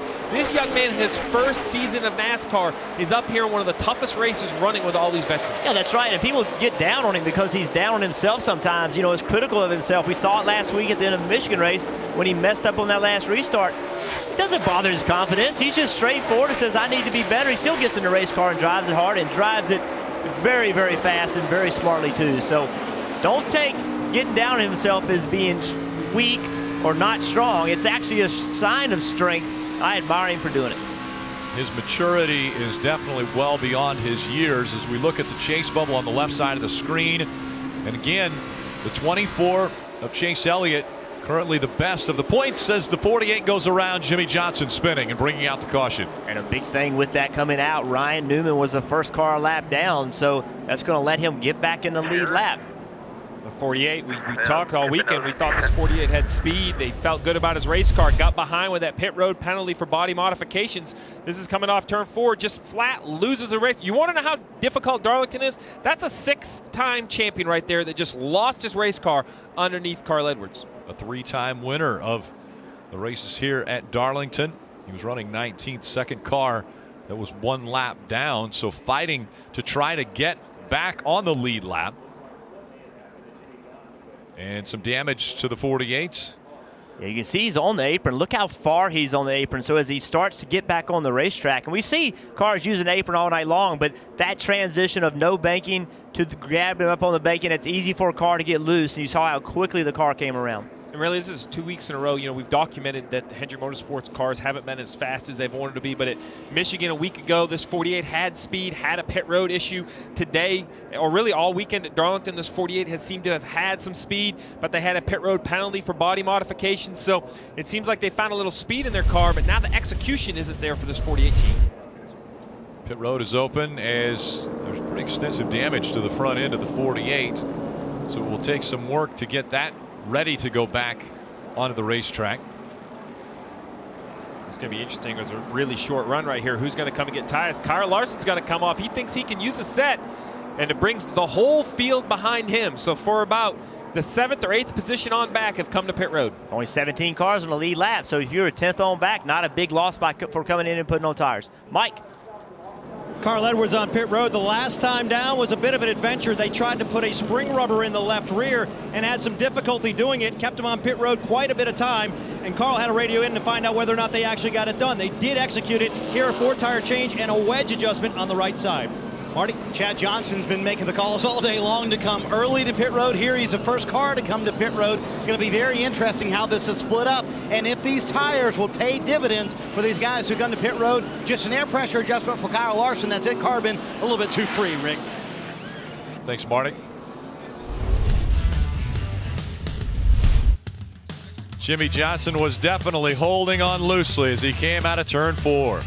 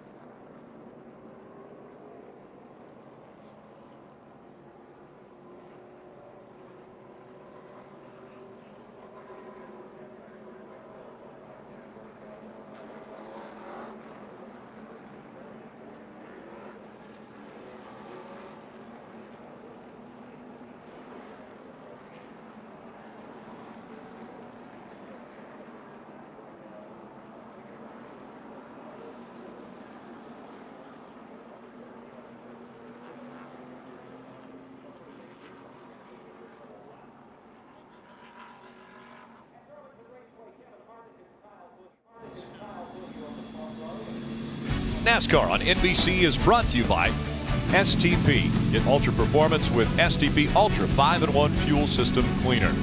Ford, we go further so you can. Bank of America, life's better when we're connected. And by Sprint, proud sponsor of the NASCAR Sprint Cup Series. What an incredible crowd on hand for this, the 67th running of the Southern 500 from the track Too Tough to Tame. You take a look at atop the press box, that is the spotters stand. And the restart about to get underway. You see how narrow it is to getting up into turn one on these restarts. That's not just the driver's decision on how do you let a car go or how hard do you race another car into turn one. That spotter has got to help these drivers understanding what their situation is. They enter narrows turn 1 and 2. Yeah, we're thinking about the Southern 500 and all the history. You know, spotters weren't required. You know, when this race started, spotters, you know, really weren't required until 1990. So a big change from the inaugural Southern 500. 2x2 once again.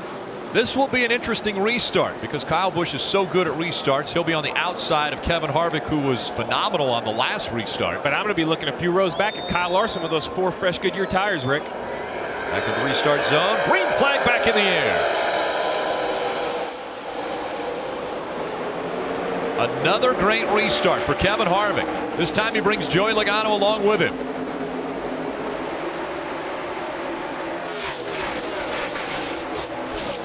Kyle Busch loses a spot, drops back to third. You see Kyle Larson right there go to the bottom of the screen, trying to run basically the apron in 3 and 4, trying to use those tires as soon as possible. They used to say when you would roll the car through either here or Rockingham, even rolling it through the garage, you would put a cycle on the tires. It's so rough here. And it hasn't been like that, Rick. Remember, they repaved this racetrack in 2008. And it's just aged more and more every year, and it really strikes me as coming back to that old Darlington we're used to. It just seems like we see 2 seconds of fall off in 25 or 30 laps on these tires. Kyle Larson trying to get all the good out of the Goodyears that they just put on under this last pit stop.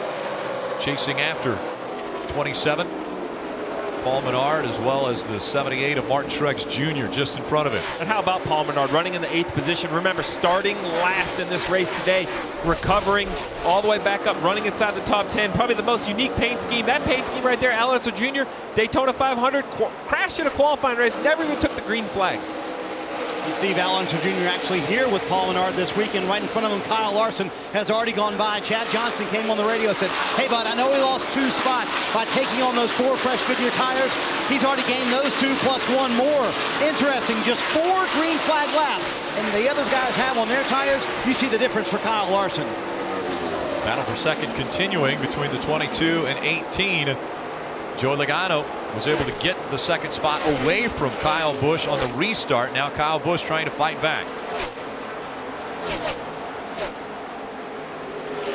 And it's been an up and down race for Kyle Busch in that 18 car. At times the car fires off well, but then he loses a lot of grip. Right now he's saying it's the best that it's been. His car is hanging on after that initial speed. As you see, he's trying to make the pass there. He goes underneath Joey Logano to get back into the second position. This team looking for momentum. His crew chief Adam Stevens telling me he thinks the team that goes into the chase off a string of top 5 finishes has a leg up on the rest of the field. Rick? And as far as manufacturers go, right now it's Chevrolet, Toyota, Ford. 1, 2, 3. We talk a lot about racing the racetrack and understanding that the racetrack is your enemy here at this tough racetrack. Look, Joey Logano's got his hand out the window, letting Kyle Busch know, look, go ahead and go. You're quicker than me. I am not going to push my car faster than I need to with 144 laps to go. So that, when you talk about racing the racetrack, that's a great example. Joey Logano trying to save his equipment. Not running as hard right now as Kyle Busch. But how about right behind Joey Logano is Chase Elliott. Once again, this young driver has been able to really look like a veteran on such a historic racetrack that's so difficult for so many. But he found that comfort here right away, Rick. Remember, his first Xfinity start ever. He wins the Xfinity race here. We talk about the lady in back and the difficulty of this racetrack, but this young man just seems to race beyond his years, much like his father. Very calm on the radio, just seems to really understand the goal of all 500 miles. Chase Elliott's father, Bill Elliott, a Hall of Famer that's on hand for the race tonight, as about 16 or 17 other Hall of Famers that are here for this throwback weekend. Chase Elliott, just a 20-year-old out of Dawsonville, Georgia. Dave. You see the white and red car there of Denny Hamlin for Joe Gibbs Racing. When I talked to his crew chief Mike Wheeler earlier today about how happy Denny might be with the car, he said it was a 9 out of 10, but we didn't kill ourselves trying to get that last 10th because we knew that the track would change and we would need to change with it. Mike? Speaking of changing, I spoke with Matt Kenseth's crew chief Jason Radcliffe this morning, and he told me the biggest challenge he'll face here tonight is keeping up with the swings and the balance of this racetrack. Kenseth told me before he climbed aboard the car, he felt like the car would get loose as the night wore on. That's been exactly the truth. The other thing, the team wants him to be very aggressive on restarts. That's what he's been trying to do, although he lost a spot in that last restart. Meanwhile, his teammate Carl Edwards, a guy who won here 1 year ago, had a moment not too long ago when Jimmy Johnson got very loose and spun just on the inside of him, and it certainly got Carl's attention. Tell Earl, thank you for not wrecking me. I appreciate that, seriously.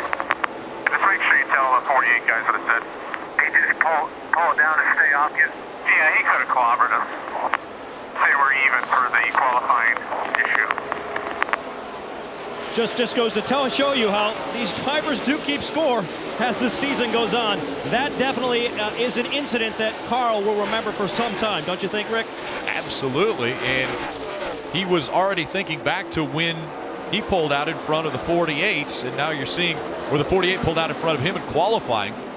Yeah, the 48, he was loose right there, and to keep from being loose, you have to quit turning the wheel. But with the car on the outside of you, you can't do that. So what he's referring to is Jimmy Johnson easily could have just not put as much wheel into it and gotten up the racetrack and gotten into the side of the 19, trying to keep from spinning out. So he recognized that and appreciated that. As he talked about, the 48 team made a mistake a few weeks ago, pulled out in front of the 19, cost him a good qualifying opportunity. Drivers never forget. You know, they never forget the good and the bad. Yeah, it was Michigan. And we see right here, Carl Edwards is on a qualifying run at the fastest racetrack we go to. It's all about aerodynamics, clean air, and downforce. And the 48 of Jimmy Johnson pulls out to get his qualifying run started. You see how basically in the way Jimmy Johnson was. It cost Carl Edwards an extra run on the racetrack. They discussed it afterwards, but you could tell even though it looked okay, it was still on Carl Edwards' mind tonight. It was uncomfortable then, but it looks as though Carl Edwards said everything's paid back. Kevin Harvick still out front at Darlington.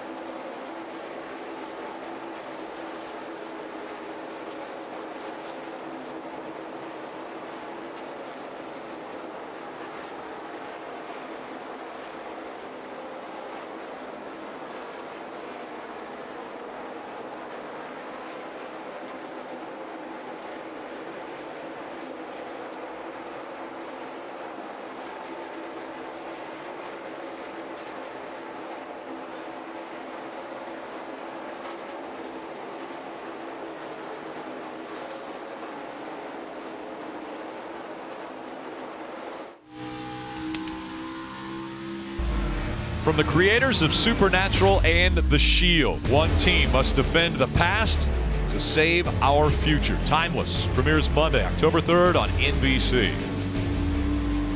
Welcome back to the Southern 500. It's getting a little tight here between Casey Mears and a good battle between the 42 of Kyle Larson and the 11 of Denny Hamlin.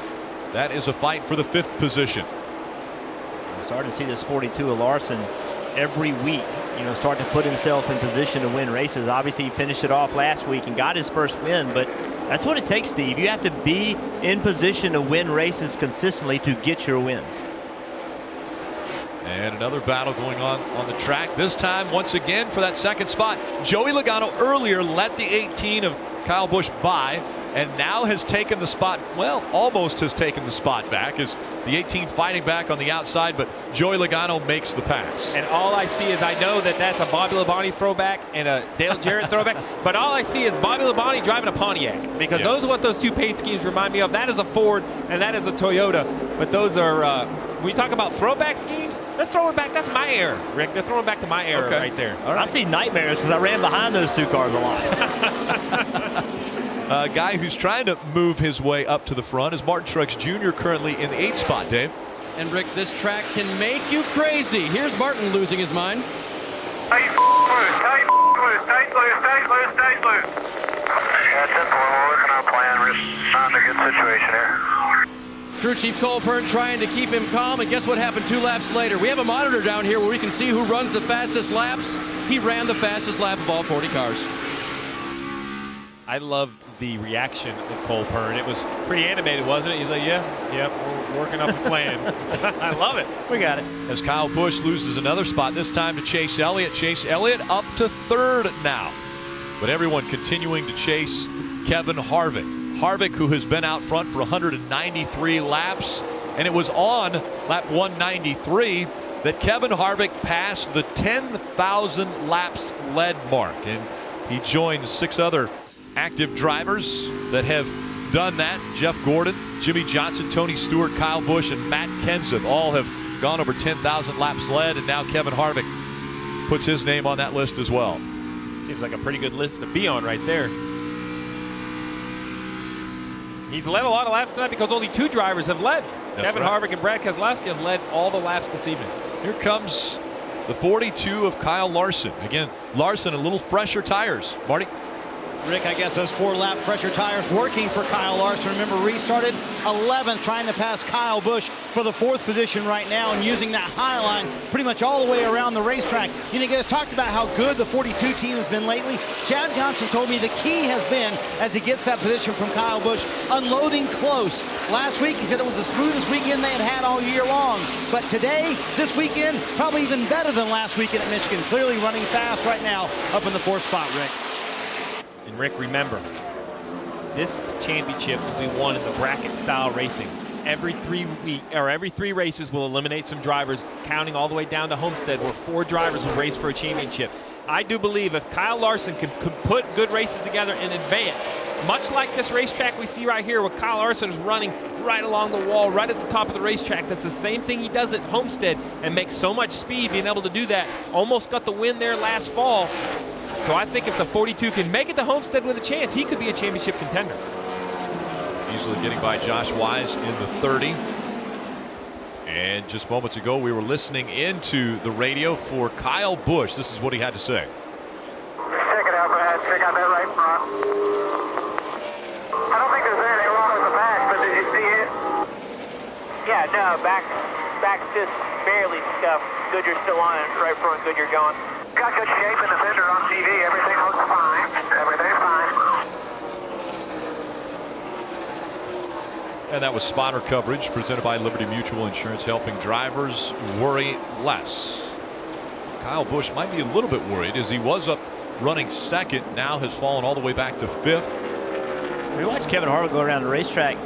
We just showed Kyle Larson right against the wall. Look where Kevin Harvick is. Right. He is a car width lower in the middle of the corner than where Larson is. And It's a very unconventional line. And at this racetrack, the only place to run for years and forever is right on the bottom. And he has all 4 tires on the apron. And not because he's passing somebody, because that's where he wants to be. That's where he's had his car all night. So, again, watch as he enters turn 1, drops on the apron, getting into the corner, and now he never goes to the wall. He is a car width lower than some other cars are. What I like about it is you talk about the dangers of Darlington. Car length off the wall helps a lot. Kevin Harvick, Joey Logano, Chase Elliott, the top 3 at Darlington.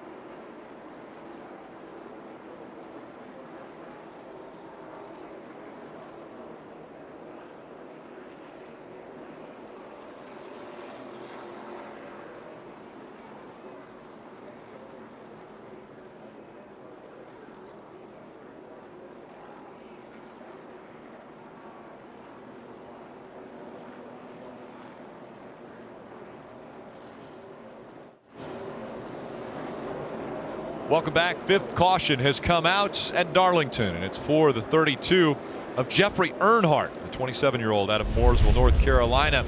Looked as though he was almost stopped at the high part of the turns in 3 and 4, up into the wall there. It's in the wall right here. And look at Matt Kenseth coming. Oh, that's not Matt Kenseth. I'm sorry. All these paint schemes. Exactly. Josh Wise probably in the orange car that went by him. You had me at Matt Kenseth. And once again, lead lap cars on their way to you, Dave.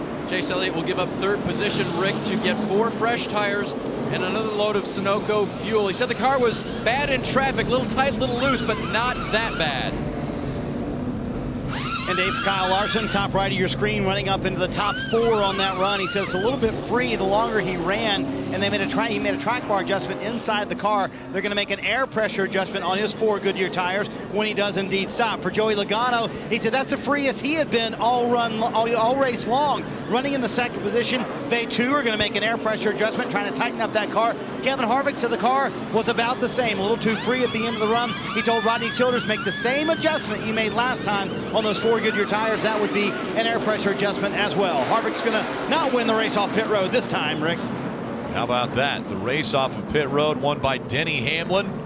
Makes up 4 spots. Chase Elliott, Kyle Busch, the top 3 off of pit road as Foghat takes us to break.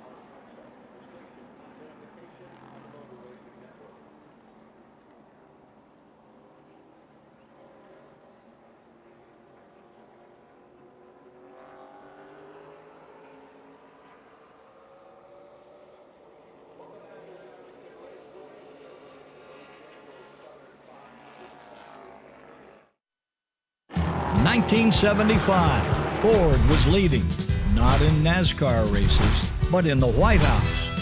I can hear it now. We're going to need a bigger boat. Steven Spielberg's Jaws hit the box office as the highest grossing film. The pet rock fad took the U.S. by storm as well. Saturday Night Live debuted on NBC. And Bobby Allison swept Darlington in the famed AMC Matador for Roger Penske. And on this throwback weekend, we're celebrating the years 1975 through 1984. A very impressive decade for Darlington Raceway. Tonight's aerial coverage provided by our partners at Smithfield Foods. It's a beautiful sight to see the moon at a racetrack, or the sun. We have been plagued by rain pretty much since Daytona, but it has been 2 beautiful days and nights of racing. From Darlington, a bad pit stop for the 4 relegates Kevin Harvick all the way back to 5th. Take a look. Yeah, you watch the jack goes up, everything seems pretty smooth when the tires come off, but a little bit slow right here, getting the right front tire onto the hub, then slow again, hitting the lug nuts. While that doesn't seem like a chunk of time, that's all it takes to go from 1st to 5th on pit road. This team's had a lot of issues on pit road. They've got to clean it up before this chase starts. And guys, the same exact problem for Joey Logano just in front of him. He lost 4 spots on pit road for a right front too. But yeah, that's been a problem for the Ford team for Kevin Harvick all season long. They also had that happen to them at Bristol. And Steve, you know, as a crew chief, it's something you want to clean up before the chase. Just 2 races left in the regular season. You cannot afford that in the postseason. Well, Marty, we saw last year this 4-car and Kevin Harvick go into the first round in a must-win situation at Dover and pulled off that win. They want to try to avoid that fate this year, not put themselves in that position. Slow pit stops is one thing that can hurt you throughout the chase. And Lemon had a very impressive pit stop, 11.6 seconds for Denny Hamlin. That's why he's out front. How about Chase Elliott running second? So he will be up on the front row and get another chance to work on those restarts, which really caught him by surprise at Michigan when he wasn't able to outrun the 20 or the 42 of Kyle Larson and get the win. Yeah, we've seen all night the outside has not been where you want to be on the restart. It's hard to get going. It's like the rear tires spin more on the outside. We saw it in the Xfinity race also yesterday. So Chase Elliott, if he can break even with Denny Hamlin right here, that would be a gain. One other benefit for the 88 team, they receive the free pass back on the lead lap, back into the restart zone, and back under green. Nothing wrong with that restart. Kyle Busch taking advantage of that lower line, trying to clear the 24 as they go through 1 and 2. Here comes Chase Elliott once again on the high side.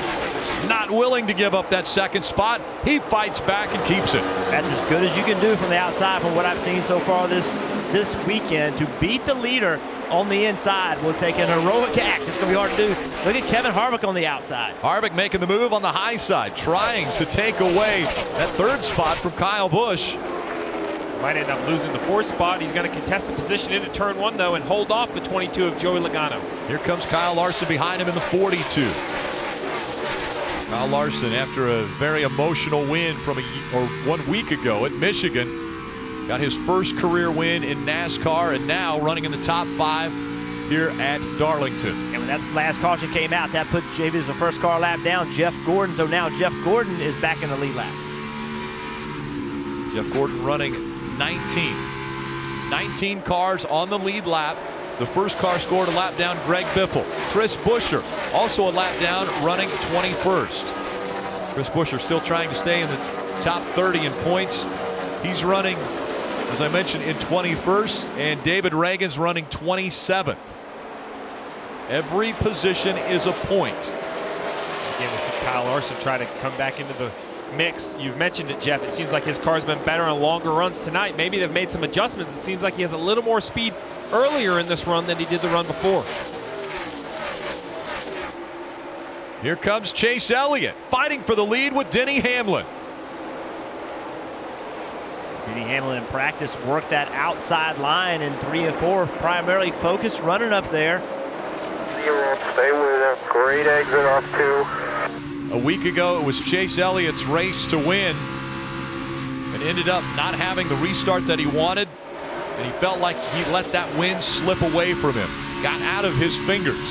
Now he's in an opportunity where he could take away the lead from Denny Hamlin, a veteran, a winner at this racetrack, and running a very low line, trying to take that top spot back. And you talk about passing the torch in the sport. The 24 car racing for the lead at Darlington, not with Jeff Gordon behind the wheel, but Chase Elliott. The youth of the sport, Chase Elliott. Again, just 20 years old. Hall of Fame father Bill Elliott. Numerous times a winner of the Southern 500. Caution's out. And the caution has come out once again. And it was a 16 of Greg Biffle that got into the wall. You see the damage to the right side of that car. Heavy damage to the right side. That's a little heavier than a Darlington stripe. You don't still, or the 34 get by us? Now 34 was front bias there, depending on the last. Buddy, I don't know if it matters if you're the lucky dog as hard as you hit the wall with Steer right here. That's a big moment. Real loose into the corner. Heavy damage. You see how much of that deck lid is broken loose and moved to the left. That's going to take some heavy repairs, Rick. The other rule, though, that comes into play is if you bring out the caution, you're not eligible for the lucky dog. So even though he was asking if he was in front, Clear low, come on, low, come on. he was the reason for the caution to come out. So he would not be eligible for that lucky dog, even if he was the first car scored a lap down. I don't think he could take advantage of it even if he was the lucky dog. It's so much damage, as Steve mentioned. That's a hard impact. You know, we talked about the Darlington stripe. That is not a Darlington stripe. That's a Darlington wreck. And the 34 was in front of the 16 when the caution came out, and so that means that Chris Buescher will receive the free pass. And Denny Hamlin's going to bring the field behind him onto pit road, Dave. Rick, what is going to make these cars better? Something for Chase Elliott to get him by Denny Hamlin. A good pit stop will help. Chase was pretty good on that run there. They said get the 4 tires and fuel. As for Denny Hamlin, a little loose coming down the hill. They'll make an adjustment for that. Kyle Busch in that green 18 car gained 4 spots last time down pit road due to a quick stop. It's only been 5 green laps, he said. So far, so good. It looks like they're going to give him 4 Goodyear tires for Kyle Busch, Marty. Kelly Rodden Childers told his pit crew, just like Bristol, guys, blow it off, referring to a bad stop they had that night. They came back to win the race that evening. 4 Goodyear tires for Kevin Harvick and no changes to the chassis. And the race off pit road. Looks as though Kevin Harvick's going to come off third, gaining a spot. Denny Hamlin didn't take any positions away from him.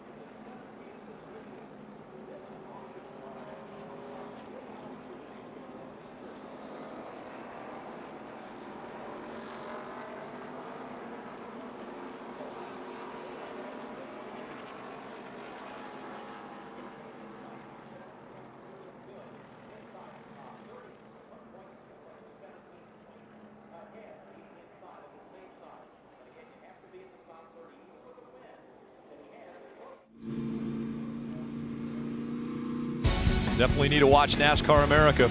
It's weekdays on NBCSN at 6 p.m. Eastern. This week, Hall of Famer Mark Martin is going to visit Burton's Garage. That'll be on Tuesday. And Wednesday, Denny Hamlin will be visiting as well. It's always good to have guests in Burton's Garage. I agree.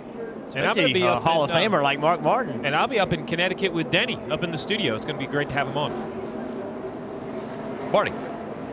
You guys, Tony Stewart and his team came in. They've had a problem that the grill is giving them an issue. It can't get enough air to the engine. It's been overheating. They had debris on the grill earlier, but for some reason they just can't get it clean. So they literally came in and cut away part of the front of that race car, trying to get some air into that 14 car. They've been running in the top 12 for the entire evening. Can't quite see in there where that grill is gone, but they did cut a piece of that grill out of Tony Stewart's 14 car. Well, the problem you have, Rick, when you open up the grill to let air in, you also let air in or let all the rubber in. And once that rubber packs the radiator, it doesn't matter how well you think you're cooling the car. Once the radiator is full of rubber, it's not going to do any cooling. This car will continue to overheat. One of two tracks that he has not won at. Now, Matt Kenseth, Kurt Busch, they stayed out, so they are 1-2. Matt Kenseth has chose the inside line. Kurt Busch on the outside. Kurt Busch might be having flashbacks to the last time he was side by side with a Tide car. It was at this racetrack back in 2003. Ricky Craven running that Tide scheme. And back to fourth already is Kurt Busch. Again, older tires for Kenseth as well as Kurt Busch. And Rick, Kenseth in that 20 was running 14th, so I don't think he expects to hold off Hamlin. But if this can go a little bit in green, he can only fall back into the top 5, top 6. That's a net gain on track position. That's the strategy that both the 20 and the 41 are trying to play. But you see instantly how much it means to be out front. The 20 of Matt Kenseth doing a great job, but the 41 under fire all the way back in the 6th position right now. 78 bottoming out. A lot of sparks coming out of that car as this racetrack cools down. It also gains grip and gets faster, so the cars will travel more and start bottoming out. And guess what, Rick? 100 to go. That's a mental note for the drivers. It's time to get rolling. Something about 100 to go, isn't it, Steve? It just reminds you, okay, we're getting ready to try to win this race right now. Last year, 18 cautions. So far tonight, 6. For some reason, I don't think we're going to end with 6.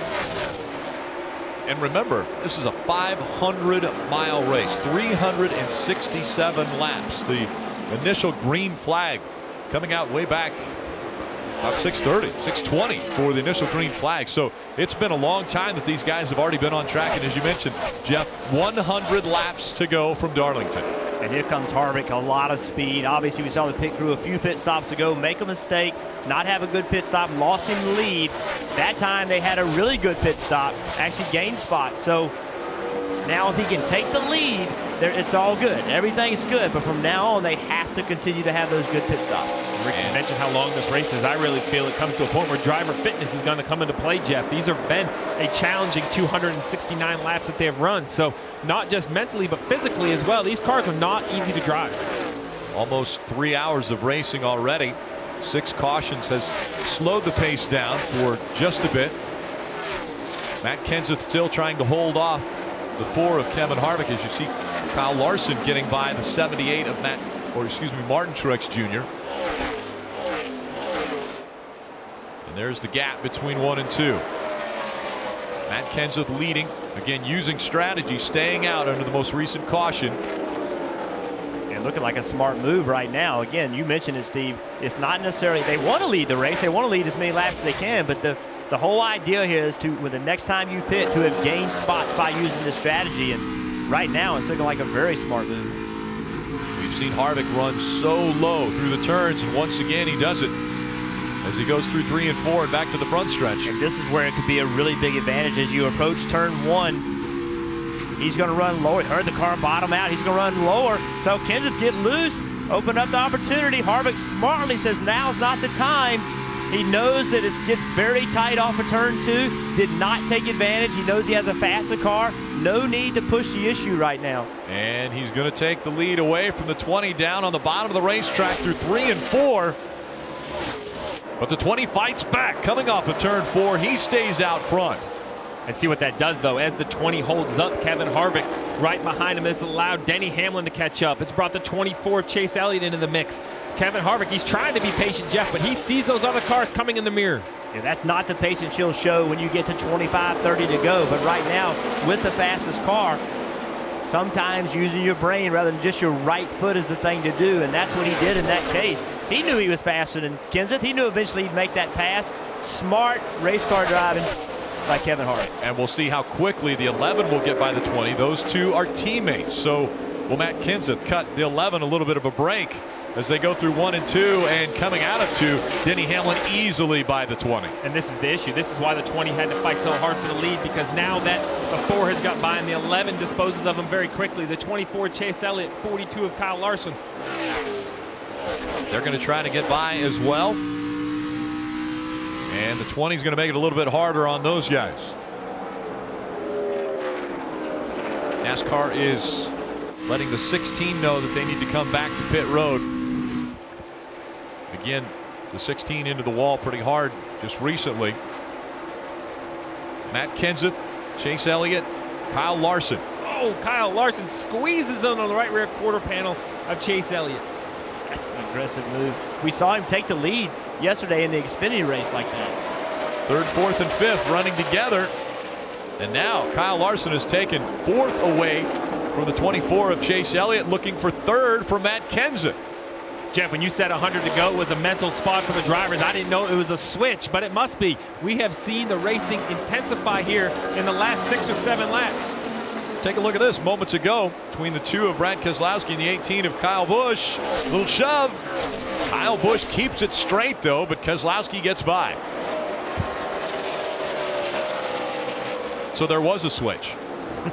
It's all about positioning, Rick. If you wait too long, it doesn't matter how good your car is. It's very difficult to win from the 3rd, 4th, or 5th row in the closing lap.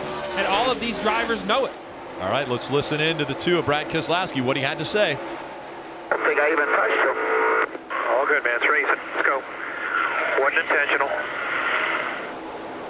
Did he say he didn't think he touched him? Yeah, he said he didn't think he even touched him. He did. And he'll realize that, I'm sure, after the race, when either Kyle Busch will come and chat with him about that, or he'll see the coverage. Yeah, but you know, incidences like that, I think a lot of people watch racing and are like, oh, he just hit him, knocked him out of the way. You know, Kyle Busch had an issue. He got out of the throttle. Keselowski just didn't time it right, misjudged it, and got into the back of him. It wasn't like he just drove in there and said, I'm going to knock you out of the way. Now, that might be coming as we get toward the end of the race, but that's not what that was. Well, it's simple, Jeff. You came and watched my son race a couple weeks ago. What was the advice you gave him? You have to catch him before you can pass him. You can't pass a car from 2 car lengths back. These drivers know they have to get right to the rear bumper of the car in front of them, and that's how that contact's made. The 2 of Brad Keselowski is trying to get a run on the 18, and it's easy to miss time. And you see how far back now Matt Kenseth has fallen after being out front. Kevin Harvick, the race leader for the Southern 500, and it looks like an issue coming off of turn number 2. The 47 of A.J. Allmendinger into the wall. Don't see any damage on the left side. Well, the right of the car. side's pretty damaged. Well, I don't know. I think it might be flat tires. It's hard to say. As many times as they hit the wall at Darlington. He's probably got flat here. He said he didn't hit anything, but didn't hit anything that time, maybe. Yeah, at some point in time he has hit the wall because there's damage to the right side of this car, and definitely a right front is down. It's underneath the 21. Just a little bit of contact. Oh, the 21 got in the wall. Yep.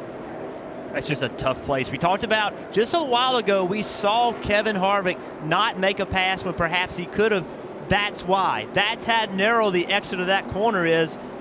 That's why he was able to make that decision. These 2 guys back here racing for position were not able to use that discretion that Kevin Harvick was able to use. And with this caution coming out, does that benefit the 2 guys who stayed up front early in this run? Well, we had 1 winner and 1 loser. As you take one more look at the crash right there, the 41 of Kurt Busch couldn't keep his track position. He fell back to 17th.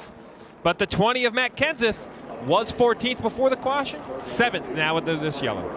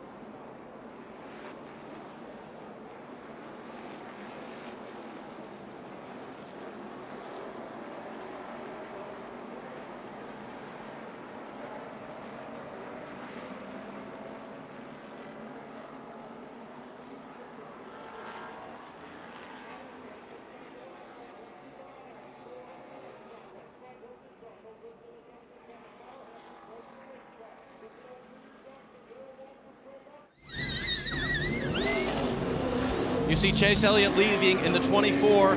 Pit stops underway here at Darlington. His car was a little snug. He needed no changes, though. He's going to work on that in the cockpit with his adjuster. Denny Hamlin's car was a little better, but still a little loose. He got an adjustment for that. Marty? Dave, Kyle Larson with a wedge adjustment, trying to tighten up that car. He said, I think it's really good on the short run, going to be too free on the long run. He comes in running third.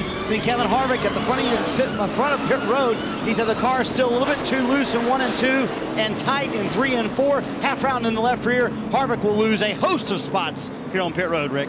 Yeah, it was a herd of cars that went by Kevin Harvick as he was way behind.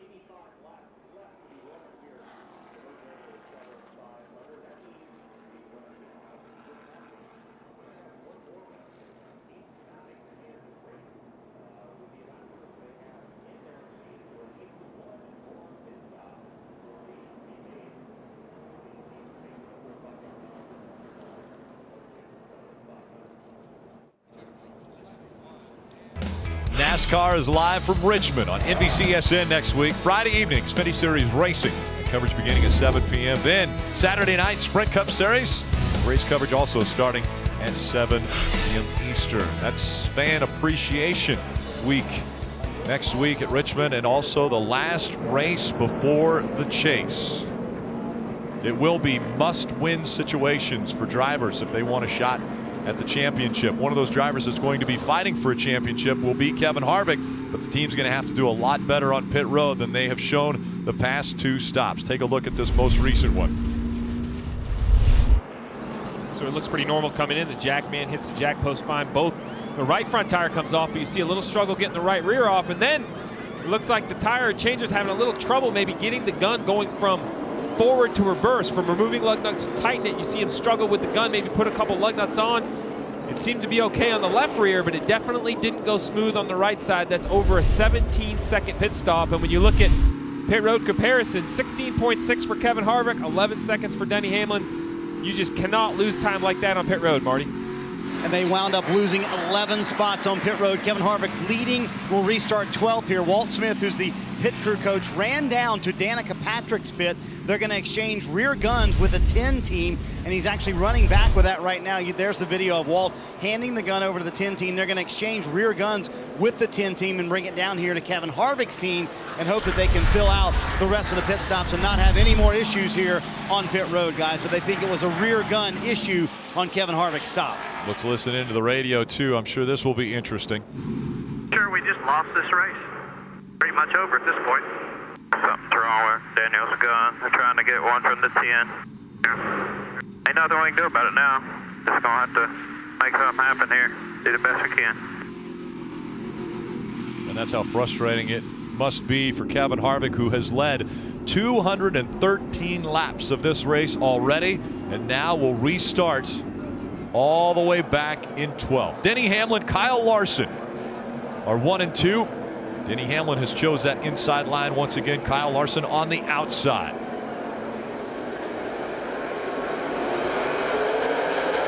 Great restart for the 21. One of the best we've seen out of that outside line. Denny Hamlin's able to clear him. Excuse me, the 42 of Kyle Larson, a great restart. The 21 has to come back to pit road after a pit road penalty. Somebody bent over the wall for the 21, and Now here comes the 42 once again. Kyle Larson going for the lead as they go through 3 and 4. Clear, got it by half clear. 3 wide behind him for 4th. Chase Elliott's going to take that 4th spot. Jamie McMurray in the 1, trying to hold on to 5th as Brad Keselowski works the inside line. Martin Truex Jr. now looking at the inside of the 11. Furthest up front, we have seen the 78 of Martin Truex Jr. this evening.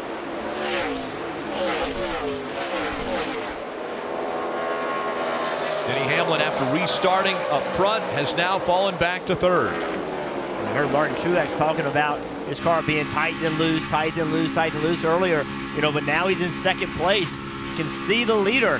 It's amazing how when you can see the leader and you have really a lot cleaner air, although the car's still in front of you, you don't have 5 or 6 or 7 cars in front of you. With a little cleaner air and being able to see the leader, let's see what he can do with it. Well, you talk about amazing pace. Kyle Larson, that last lap, was about 0.7 of a second faster than the field.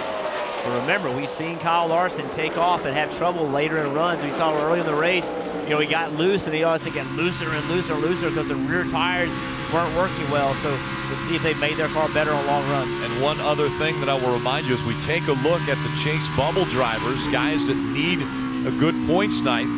Chase Elliott, Jamie McMurray, Austin Dillon, Ryan Newman, Casey Kane. Chase Elliott, Jamie McMurray running 4th and 5th.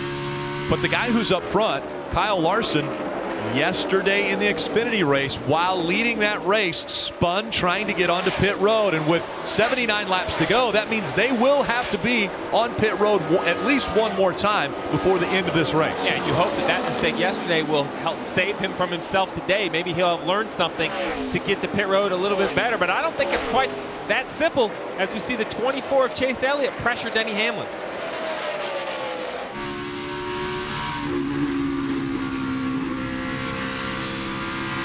Kyle Larson out front. Martin Truex Jr. running 2nd. Denny Hamlin 3rd. Chase Elliott 4th. And Jamie McMurray 5th. Amazing how clearly you can hear the cars hit the racetrack. This is not a smooth racetrack. It's a rough racetrack. You can see the guys running off the banking. We talked about it all night, how difficult this racetrack is, and that's one of the reasons. It's rough, it's bumpy. You run off the apron, you run on the banking. Very rough. Listen.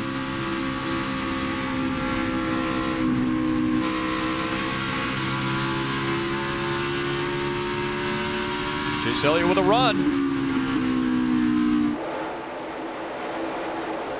To the inside of the 11. Momentum outruns that inside line. But once again, Chase Elliott trying the lower line at Darlington. Chase is definitely faster than Denny Hamlin. Just difficult to pass. Denny Hamlin's doing a really good job of using that outside line. Carries decent speed through the middle. Not real fast, but where he's good is right from here to the straightaway. He's able to get in the throttle and pull away from Chase Elliott, who's running the lower line. Chase is way better than the 11 in 1 and 2. 11's better in 3 and 4. And Jeff, when I was talking with Alan Gustafson about their plan for tonight, he said, one thing I'm curious about is whether Chase can run the low line in 4. It worked last year, but I don't know if it'll work this year. We're early in this race, Chase tried it and he said, man, that is just not the way to go. But lately, and now, it is. He's got speed down there and he's really making it work. Yeah, he really is. And it's just, it is amazing how these drivers search around and find grooves, find where their car wants to work, and then make adjustments throughout the night to take advantage of where their car's strengths are. The gap between 1 and 2, Kyle Larson is 1.9 seconds in front of Martin Truex Jr. Kyle Larson trying to make it 2 in a row. A week ago got his first ever Sprint Cup Series win, and now in front of the field at Darlington.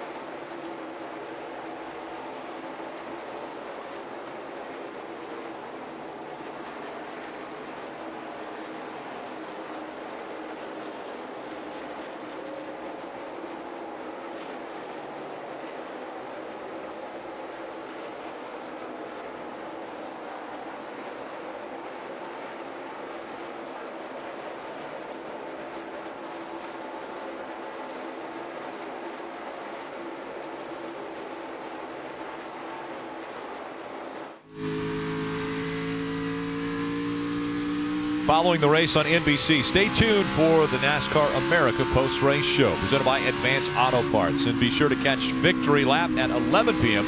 on NBC SN. Kyle Larson now with almost a 2-second lead over Martin Truex Jr. Chase Elliott about another 1.5 seconds behind Martin Truex Jr. in third. Denny Hamlin, Matt Kenseth running in the top 5. Well, Jeff, you talk about inside 100 laps. These drivers are going to have to be a little less patient. Well, right here, Chase Elliott had a great run on the 11, tries to shut the door, was successful, but that is a move we didn't see in the first 300 laps of this race. The pace is definitely picking up. The intensity is picking up. Come on, take it. Oh, you hear how he had to get out of the throttle. He just couldn't stay in the throttle, and that's the reason 11 came at such a high rate of speed. 11 could have spun him out right there. 11 got off the throttle and saved him a little bit. But as you mentioned, Chase Elliott, just took that spot, even though he knew he wasn't as quick as he needed to be leaving the corner. 7 cautions have come out this evening. 36 laps under caution. There have been 6 different drivers out front, 10 lead changes in this Southern 500. Kevin Harvick has led the most laps, but issues on pit road have relegated Harvick all the way back to 6th. Marty. Well, Rick, it's been an eventful night for Brad Keselowski. He led 47 laps so far this evening. Had 1 loose wheel earlier. Does he have one now? Listen to the radio. Window here, Brad. Where I can make it. Yeah, everybody can make it from here. Everybody can make it. That's right. Just trying to figure out how much longer I want to ride this wheel. When it gets bad enough you can't drive it, or bring it to it. So that's the dilemma. They came in a little bit earlier and they lost a lap, and Keselowski losing positions right now, trying to hang on to that race car. Again, he thinks he has a loose wheel, losing 2 positions on that spot on that 1 lap, Rick. Yeah, he's fallen all the way back to 11th now as Casey Kane was able to get by. Here comes Harvick looking to get by Matt Kenseth. Harvick definitely on the move, driving very aggressively now as Harvick has broken back into the top 5. It's taking him this long to get back to the top 5. He's had to pick up 7 spots with that bad pit stop. Marty. And here comes Brad Keselowski, 63 to go. In theory, they could make it on fuel, but you wouldn't want to go that long on tires to the end of the race. They're going to try and take off all 4 Goodyear tires here and try and see where that loose wheel was coming from. Again, the second one of the evening for this 2-team, Rick.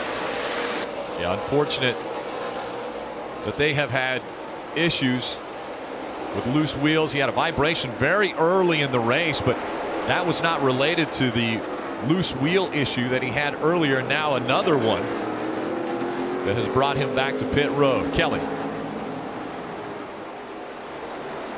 And the roller coaster continues for Kyle Busch. He had run as high as 2nd in this race. They thought they had the handling buttoned up on the 18, but listen to what he said a few laps ago. I don't know how we've just lost it in the last 3 runs. I mean, 3 runs ago we were chasing down Harvick. And Kyle went on to say he's just plowing tight with the front, and now the rear is starting to come around. The bright spot for them has been on pit road. They've made up 8 spots through the last 3 trips down pit lane. And that's almost indicative of what you said about the start of this race, Jeff, when you said the track changes so much. One guy might be great on one run, and then the very next run, he may struggle. As we see a good run now by Jeff Gordon. Well, he's the exact opposite of Kyle Busch, the 88 of Jeff Gordon there, subbing for Dale Earnhardt Jr. He was a lap down for the majority of this race. He got the free pass a few cautions ago. Here he is all the way up to the 13th position. Closing in on the back bumper of the 30 of Josh Wise, and he'll go by him. Great story for the 30 team. Even this week, as early as this week, Josh Wise didn't have a throwback paint scheme for the 30, but he put on the internet, on social media, that they weren't going to do a throwback scheme because they would rather spend the money on tires. They said, we need to spend the money on tires for performance-wise. A company found out about it and said, you know what? Incredible Bank said, we want to be a part of your team. We want to help you get a throwback scheme to be a part of what everybody else is enjoying out there. They gave him a sponsorship for this race and the next one. So a great story for the 30 team and Josh Wise. Kyle Larson out front. Martin Truex Jr. running 2nd at Darlington. We go NASCAR nonstop.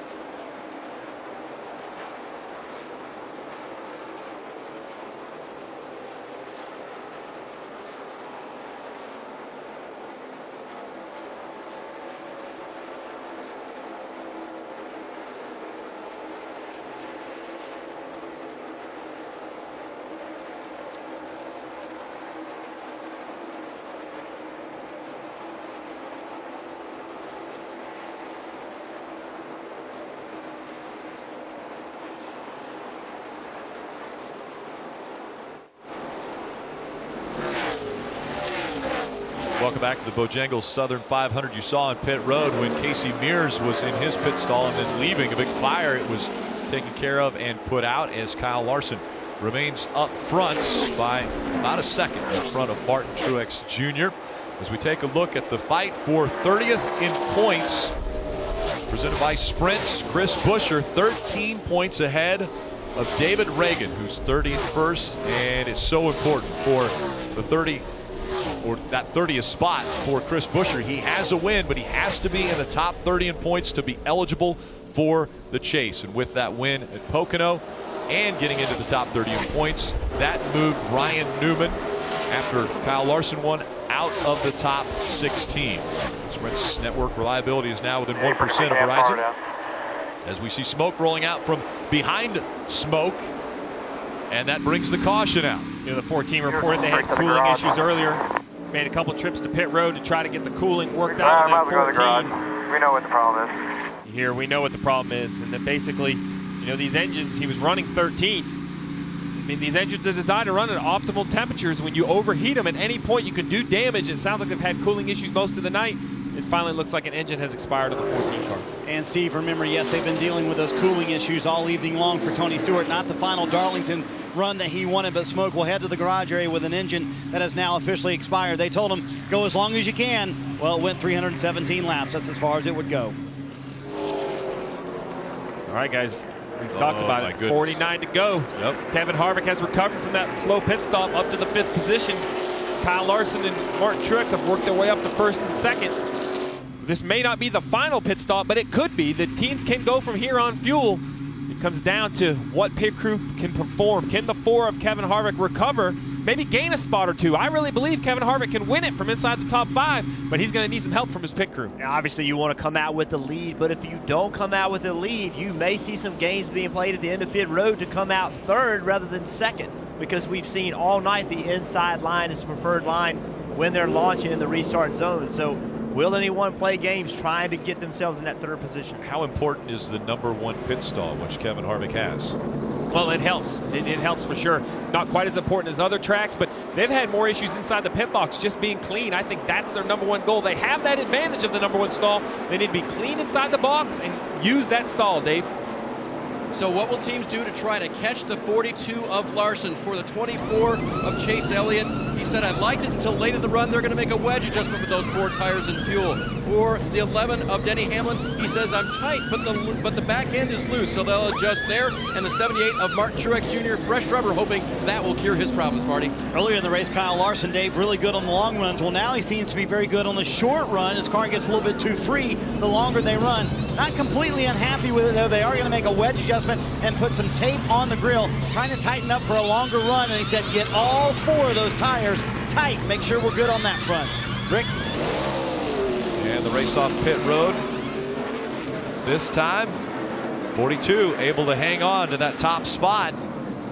Martin Truex Jr. also holding on to his 2nd spot. We go NASCAR nonstop once again.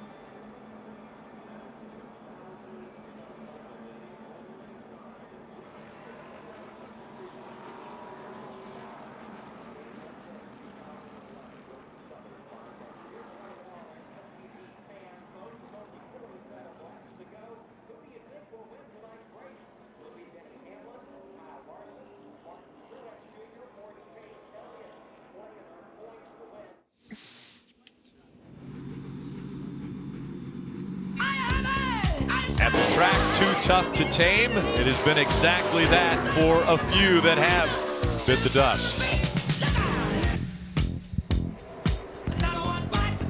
And welcome back to Darlington Raceway. It's Labor Day weekend. Southern 500 is 45 laps away from the checkered flag. Kyle Larson 45 laps away from getting back-to-back wins. It's only been done 4 other times. Drivers that have been able to win their first race and come back and win the very next race. And one of those who did it was our very own Ned Jarrett, who was part of the broadcast earlier this evening. Take a look at the last 3 finishes for Kyle Larson. Very impressive, obviously, at Michigan. Dave. Chase Elliott lost 3 spots on pit road, and it's not the first time tonight. When I was looking over the replay with the crew coach down there, I didn't see anything wrong with the stop. Then I got a tap on my shoulder. Alan Gustafson wanted to see what in the world is going on. The stop seemed smooth, but he's losing spots. 2 by 2 once again. Kyle Larson on the inside, Martin Truex Jr. on the outside.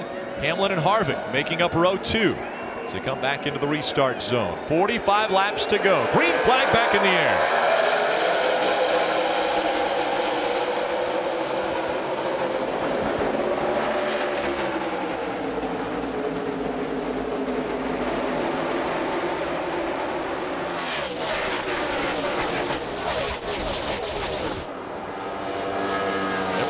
Position in the top 4. Carl Edwards looking to the inside of Jamie McMurray for a spot.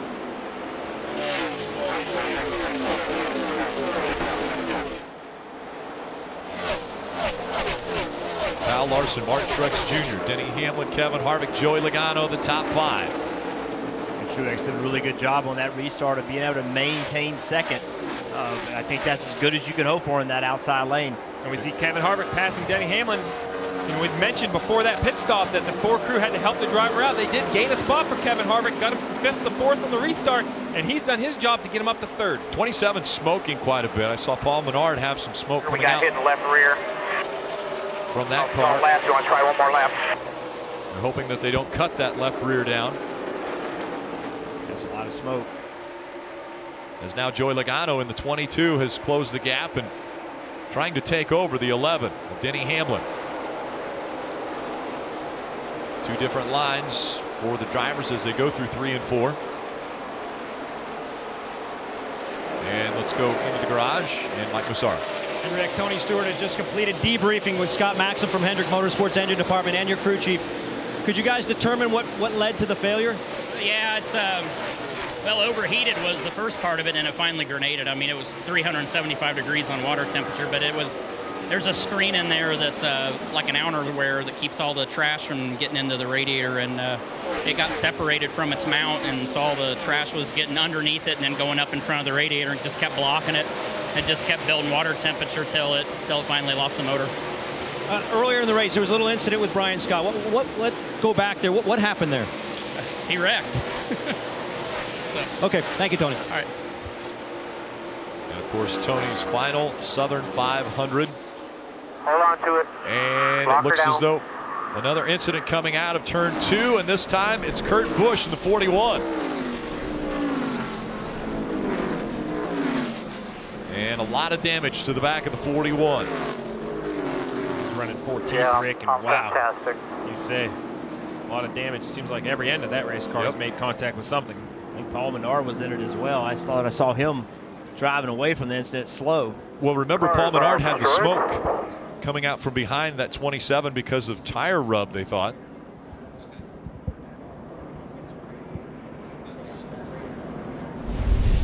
Kurt Busch was running 14th. Take another look.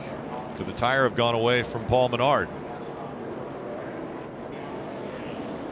Yes, the left rear tire is definitely down. If you go back and watch that left rear tire on the 27, doesn't go completely flat, but you see the air come out of it. It gets slack, gets close to the rim. As he walks up the racetrack, he catches the left rear of the 41 of Kurt Busch. Right there, you see the left rear tire is down on the 27.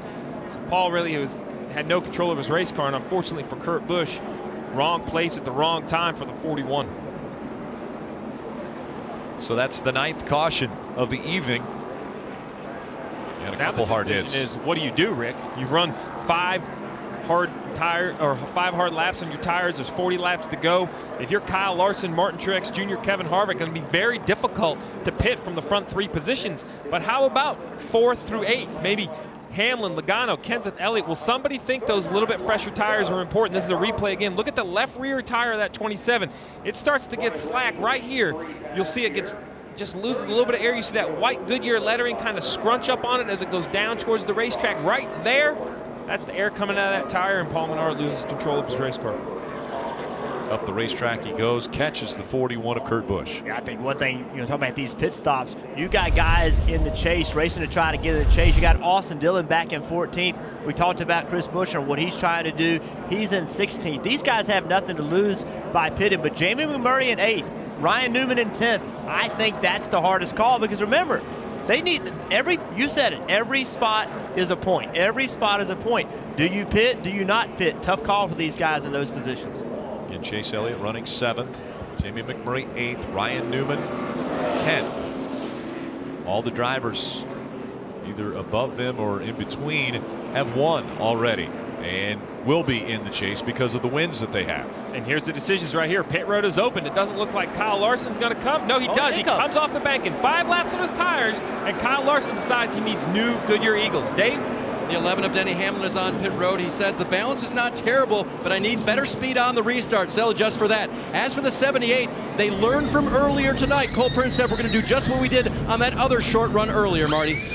Dave, remember Kyle Larson and his team learned the lesson earlier tonight. They had 4-lap fresher tires than everybody else, and they stormed up through the field. So no doubt Chad Johnson was calling Kyle Larson to pit road. He said it fired off really well on that run, so they want to make major changes to it. Going to be a slight air pressure adjustment and 4 Goodyear tires. For Kevin Harvick and his race team, he said, I'm pretty good right there, but I definitely can turn a little bit better. You can see a very small wedge adjustment for Kevin Harvick, trying to make that car just a little bit tighter. The race off pit road is going to be very tight. Looks like the 78 is going to win it, Rick.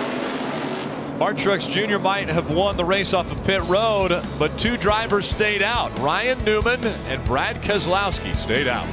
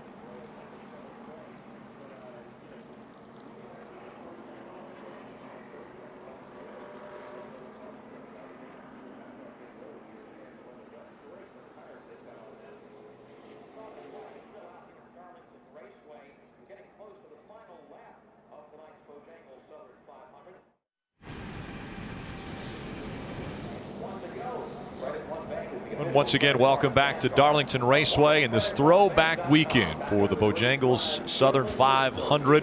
It has been an incredible weekend already. Great crowd on hand for both the Xfinity Series race as well as tonight's race. You see the crowd being treated to an amazing race already. The dominant car early was Kevin Harvick, but issues on pit road for that team have lost spots continuously. He's once again now going to restart 7th. A couple drivers that stayed out will not have as fresh of tires. Ryan Newman and Brad Keselowski, and a big move for Newman because he is in a position where he has to get points, maximum points, or win this race if he wants to win and have an opportunity to be in the chase. Yeah, this is a gutsy call right here. They know they have to find some points either here or at Richmond. If everything stayed the same right now, it puts Ryan Newman, in the lead of all these guys in the chase bubble, but there's still 36 to go. He has a little bit older tires than the guys coming from behind, so he's going to have to fight to keep this position. But if one thing we know about Ryan Newman, he's one of the hardest people on the racetrack to pass, and he will be given 100%. Yeah, and basically we have him in right now in the chase bubble because Ryan Newman, in the position he's in, he's leading the race. He's the race winner. Mike?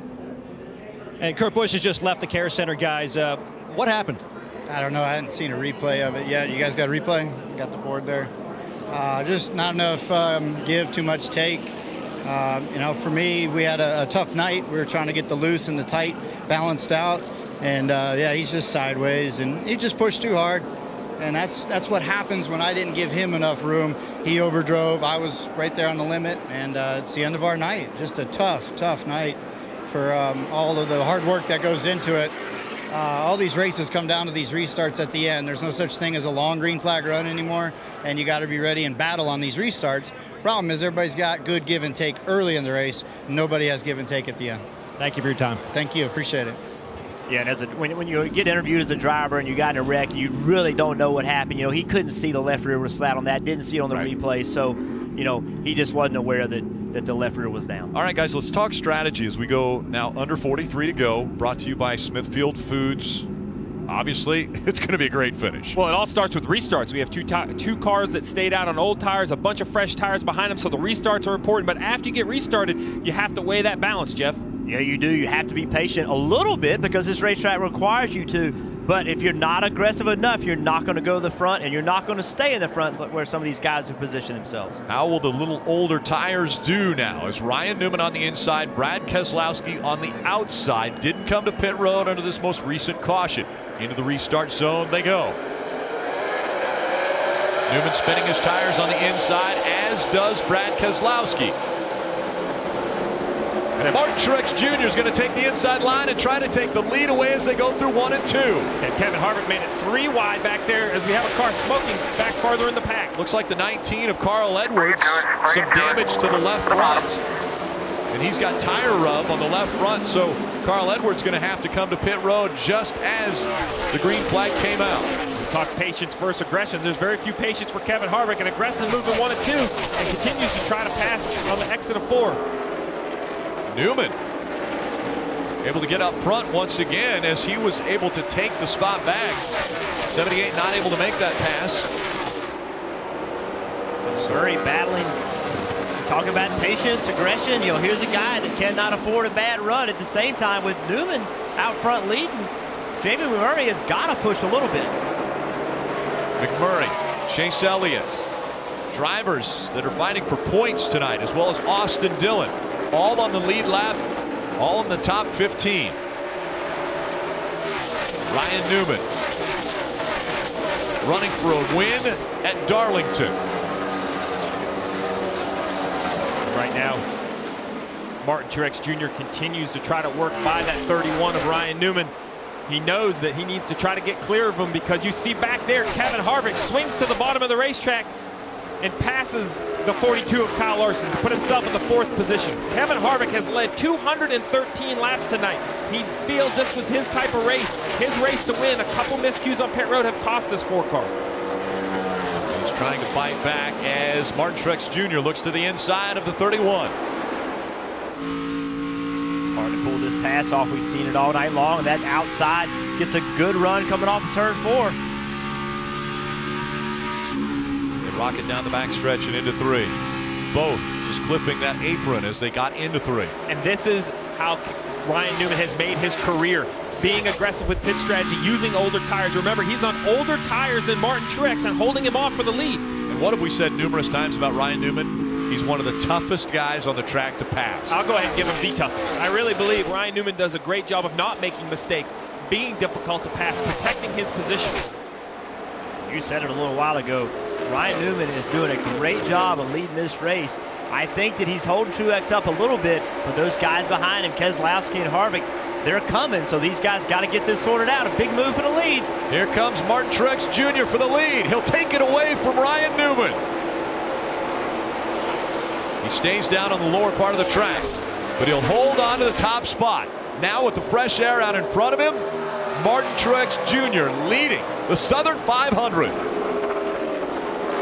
And with that pass right there, Ryan Newman goes from the leader to second position. He loses that automatic bit in the chase, but he's done some damage to the points. He's only -6 over the 1 of Jamie McMurray. A great recovery from Ryan Newman. Remember, this 31 car started last today in the field. Started last, was a lap down, had to work himself back from a lap down. Has rarely been in front of Jamie McMurray, but currently is 8 spots in front of Jamie McMurray. How about the 4? Here comes Harvick. 27 laps to go, and he's able to get by Brad Keselowski. Harvick up to 3rd. Oh, Keselowski did not know that Larson was trying to make a move on the outside. Squeeze Larson way up the racetrack. And now Larson's going to lose a spot to the 22 of Joey Logano. And that is a spot getting into turn 1. You don't expect someone to be on the outside of you. That's just, you're not even looking for that. You don't have any idea someone's even thinking about being up there. And that's exactly what Kyle Larson was doing, trying to take a spot away. Hey, Rick, with 26 to go, this grip of all these tires is just going to continue to go down. These cars are going to slide. But look at Kyle Larson. He's going to try to fill that hole on the outside of the 2 of Brad Keselowski in that light blue and white machine. Brad had no idea he was coming, slid up, filled the position. That hurt Kyle Larson's momentum. Joey Logano was there to try to capitalize, but the 42 fought back in turns 3 and 4. Still out front, Martin Truex Jr. has almost a second lead over Ryan Newman. Ryan Newman hanging tough now in 2nd. Kevin Harvick 3rd, Brad Keselowski 4th, Kyle Larson in 5th. A little further back, Joey Logano, Denny Hamlin, Chase Elliott, Matt Kenseth, Jamie McMurray, the top 10. And look what that one issue between the 2 and the 42 did. It cost Kyle Larson so much time as we see Kevin Harvick down on the bottom of the racetrack, takes a hard left and tries to get underneath the 31 of Ryan Newman. He's got to make this move quickly. He's got to try to find a way to get by Newman quickly if he's going to have a chance to run Truex down. Already the gap, 1.7 seconds now between 1st and 2nd. Oh, a great run. Great run by Kevin Harvick, but Ryan Newman making it tough. Down the back stretch they go. Harvick moving to the inside, and he'll pass the 31. Rick, this track is not like any other, though. With 24 to go, nothing is guaranteed. Even if we don't have a caution, it's so difficult to maintain the pace. Every corner, every lap, the grip level changes. We saw just yesterday, Jeff, the leader of the race, Elliott Sadler, hit the wall with 2 laps to go. It's so easy to make a mistake. And you would think on this size of a racetrack with 23 laps to go that Kevin Harvick could never run Truex down 2.5 seconds in front, but we have seen big differences in speed as the run goes on, tires get older, so don't count Kevin Harvick out. And remember, over the last 3 pit stops, Kevin Harvick has lost 17 spots on pit road, and now he's only worried about 1 position. He wants to get by the 78 of Martin Truex Jr. Mike. And we talk about Ryan Newman, Rick, and what a battle through adversity it's been for the 31 team. After starting at the back and then falling a couple of laps down, they never gave up and kept fighting their way to the front. I spoke with Luke Lambert, the crew chief for Ryan Newman this morning, and he told me he was very realistic about where they stand in terms of their chase chances below the cutoff line. They said, because of that, we cannot afford to be conservative. We need to keep applying pressure to those guys we're chasing, and that's what they're doing right now. Mike Harvick just hit the wall. Running second, got into the wall. This track is so difficult. We just mentioned how this, you said all night long, how the walls could just jump out and grab you. The 4 of Kevin Harvick. A big mistake, heavy contact with the wall off turn 4. But he knew with only this many laps left here, you can see him big loose, really big loose. But he had to push his car, you know, to run Martin Truex down. He's got to be in the throttle, pushing hard. Tried just a little bit too hard, got in the wall. And look who's coming next. So the 42 of Kyle Larson. He's now got to the 31. Makes easy work of the 31 of Ryan Newman. He knows the 4 has damage. Can he get by the 4 and try to run down Truex? Does the safer barrier help Kevin Harvick in that situation not do as much damage as maybe the concrete wall would have done to that car? No, if anything, it hurts him because it's taken away 2 feet of racetrack. That safer barrier is out. It's there for the right reasons to protect the drivers, but it has made this track that they run the top smaller. Kyle Larson, the man on the move now, Marty. Rick trying to become the 5th driver to win his first and second races in back-to-back weekends. They have been very good on the short run. Behind him, you see Joey Logano going around Ryan Newman. The 42 car been very good on short runs so far this evening, here especially late in the race. Trying to take advantage of that now and get around that 4 car of Kevin Harvick. You know, Kevin, we're not talking about caution on the racetrack, Rick. Hard hit for the 43 of Eric Almirola. Front end smashed in. Yeah. I thought he was going to give me a little more room than that. And you hear him talking on the radio. He was running 20th. Thought he was going to be given more room by someone that he was racing against. Only 18 to go. Tough decisions are going to have to be made. You see the disappointment in Eric Almirola throwing his gloves. We talk about this racetrack, how difficult it is, and he's run 349 laps only to get in an accident with 18 to go. Not the finish that anyone is looking for. And so as he unstraps, safety crew gets to him. Let's take a look at what happened and who he was racing with. So underneath Clint Boyer just gets loose. You just thought the 15, I think, was going to be higher. And got back into the back of him. That's Clint coming down the racetrack. I think once you make contact to the wall, you know, kind of from then on, who knows who's in control of what. So big impact. Glad he's okay. You know what this caution does do, though, is you see another replay of it with the 43. Inside, you and him.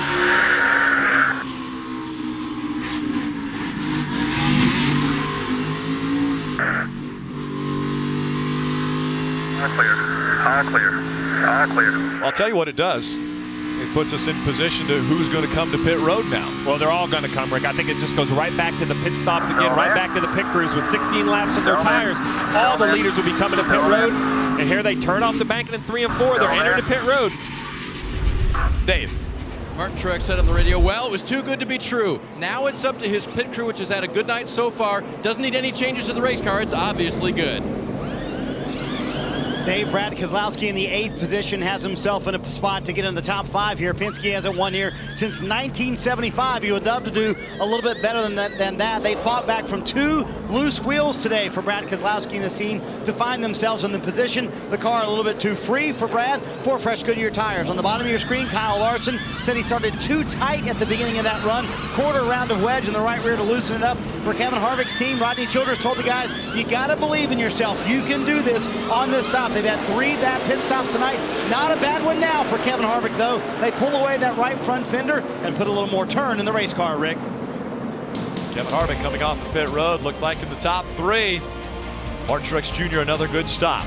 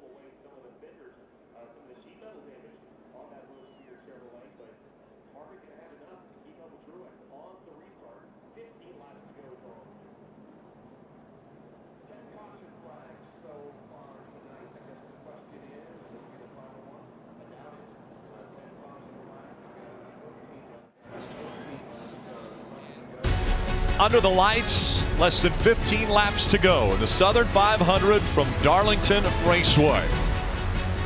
The most historic racetrack in all of NASCAR, built back in 1950. This the 67th running of the Southern 500 back on Labor Day weekend. A year ago, they made a big deal out of the throwback scheme, and most teams joined in. This year, almost 100% of the teams involved, as we see the 15 of Clint Boyer making his way onto pit road. The crowd anticipating some of the greatest laps to be raced here at the end of this one. Yeah, it's a huge crowd, and this race hasn't disappointed. We've kind of had it all. Kevin Harvick led early, seemed to dominate, had his issues on pit road, though, and since then we've had leaders Keselowski, Larson, Truex Jr., who's currently in the lead. Denny Hamlin has showed speed, and somehow they've all ended up back at the front for this short sprint to the finish, Rick. It will be the 78s. Martin Truex Jr. will restart the race up front. Kevin Harvick will join him in row 1. And I race within the race. The guys racing for the chase. That pit stop shook some stuff up. The 3-car pitted from 13th. He came out 12th. The 31 pitted from 5th. He came out 8th. And the 1-car pitted from 11th. And he came out 13th. So basically we've run 353 laps, Rick, and our 4 bubble drivers going for 3 positions are 8th, 9th, 12th, and 13th. Thanks for running all day long. You're basically back to where you started, everybody in the sight of one another, and look how close it is. McMurray has lost a little. Newman has gained. He's not all the way up in, but he has knocked it down to 9 points. Really, I think Ryan Newman has to get all the points he can, but if anything, leave it a manageable margin heading into Richmond. Kelly? And it's been such a strong race for Jamie McMurray, but bad news for that one team. He's going to have to come back down to pit road. They didn't get all the lug nuts on at least one of those wheels. They didn't want to leave him out there feeling like there could be too bad of a vibration, taking no chances, bringing the 1 car back down to pit road to tighten up the lug nuts. He's going to have to start from the tail end for pitting twice during this caution. That penalty, he's running 13th. There's 18 cars on the lead lap, so that's going to put him in 18th. A loss of 5 spots. He's only 9 ahead, so 5 points. Yes. 5 spots, 5 points. Which It's pretty quick here.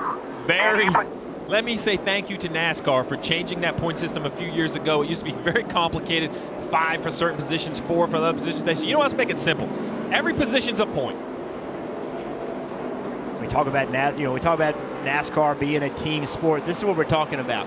The pit crews, the engineers, the drivers. It takes everybody. Mistakes from anyone can hurt your opportunities to win championships and win races.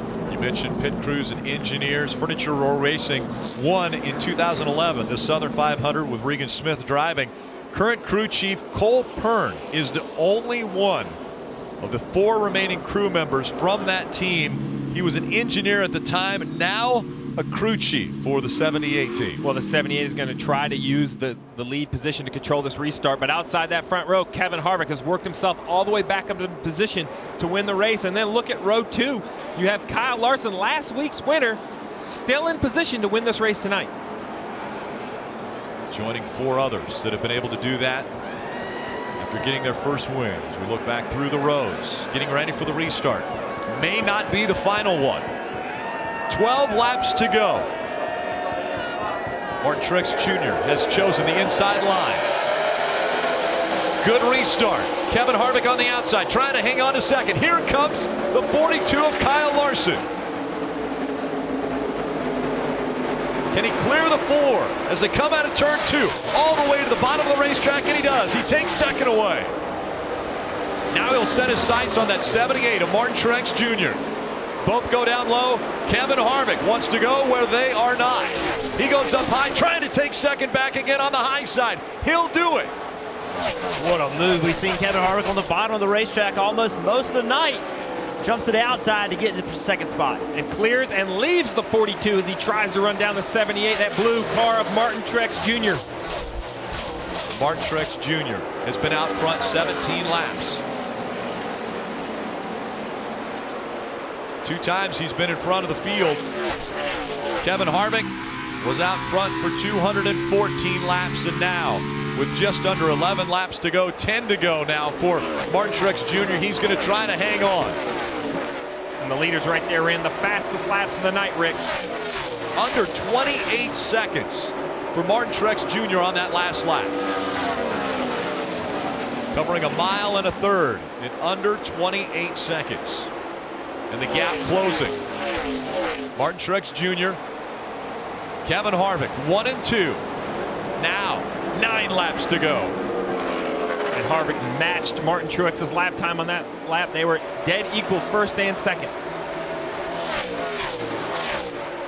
Harvick's got to keep the pressure on. You got to try to force Truex into a mistake. We talked about it relentlessly tonight about how hard it is to run this racetrack. It gets much harder when you're trying to win a race and have to run a pace at a high speed. So Kevin Harvick's got to stay close. We saw Kevin Harvick maybe push it a little bit too hard earlier when he got into the wall, running second, trying to chase down Martin Truex Jr. Yeah, but that lap there, Rick, was faster than the leader. Kevin Harvick gained about 1/10 of a second on Martin Truex, trying to close in on that 0.4 of a second lead, and he's doing it. He's gaining time down the backstretch.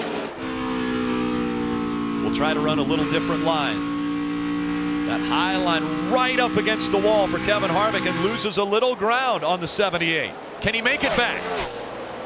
7 laps to go.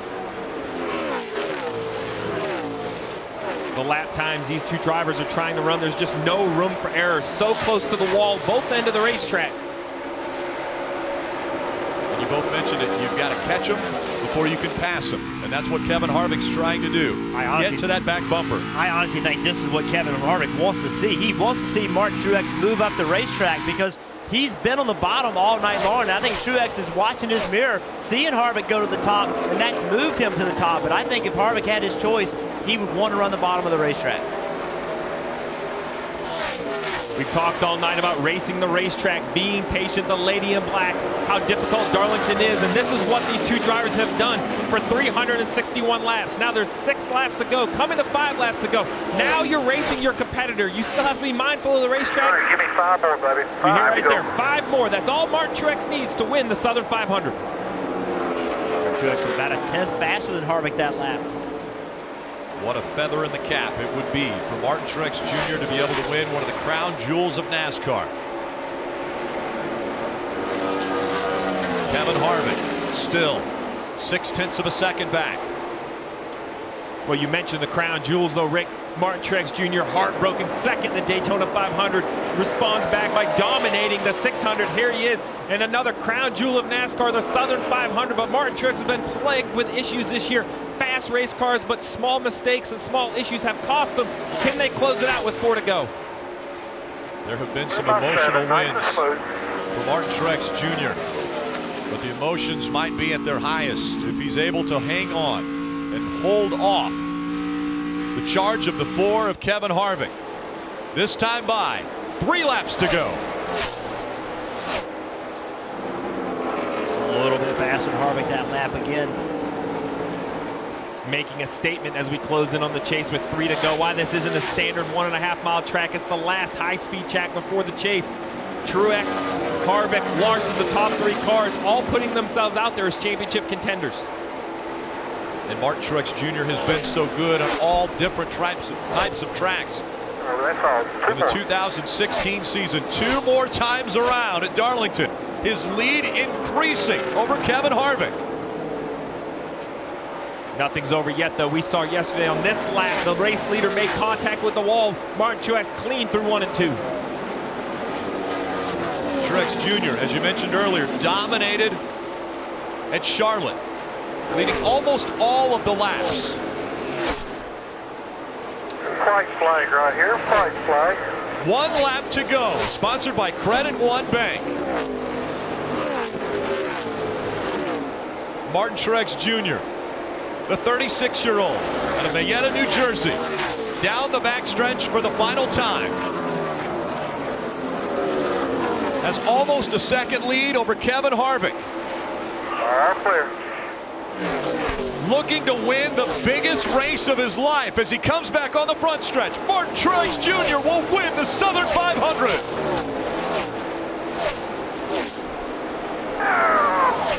Yeah, baby, Southern 500.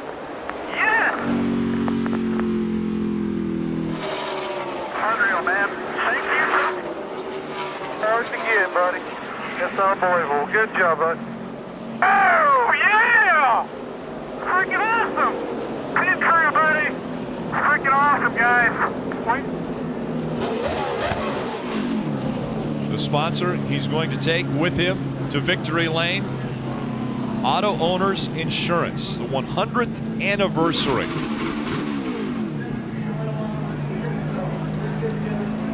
This throwback weekend,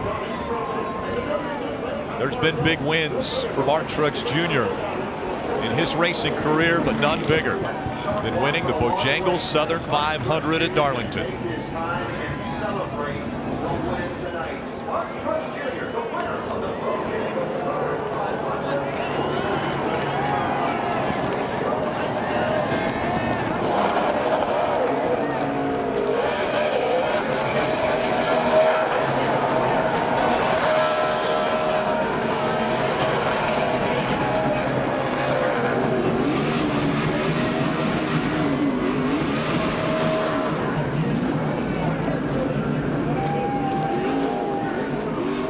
Martin Truex Jr.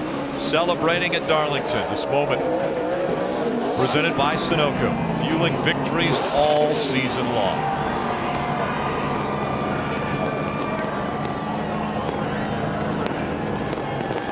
You are a Southern 500 winner. It's a great feeling. One of the biggest races in our sport. All the drivers want to win the big races. All the teams want to win the big races. And a team effort. This was one of those races where, when it started, we brought up the fact you can't make mistakes. And what ended up happening with the 4 team of Kevin Harvick, mistakes on pit road relegated him back far enough that he just didn't have enough to get by the 78. And take a look at that. Kissing the start-finish line. And think about this, Rick. The 4th win for Furniture Row Racing in their history, but their 2nd Southern 500.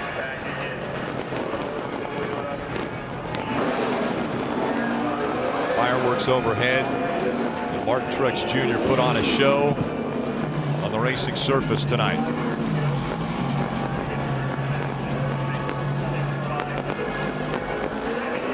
One of the longest races in all of NASCAR, as we saw Kyle and Brad just having a little bit of a chat.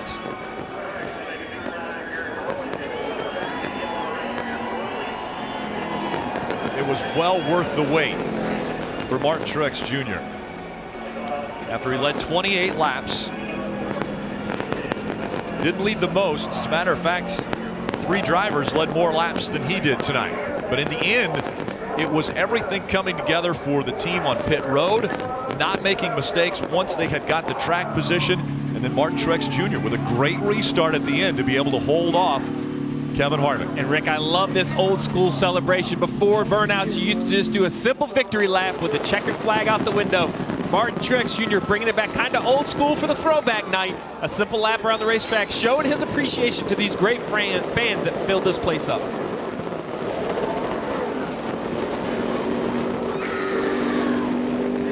The backstretch at this racetrack, when it was initially built, that was the front stretch, right along Highway 151.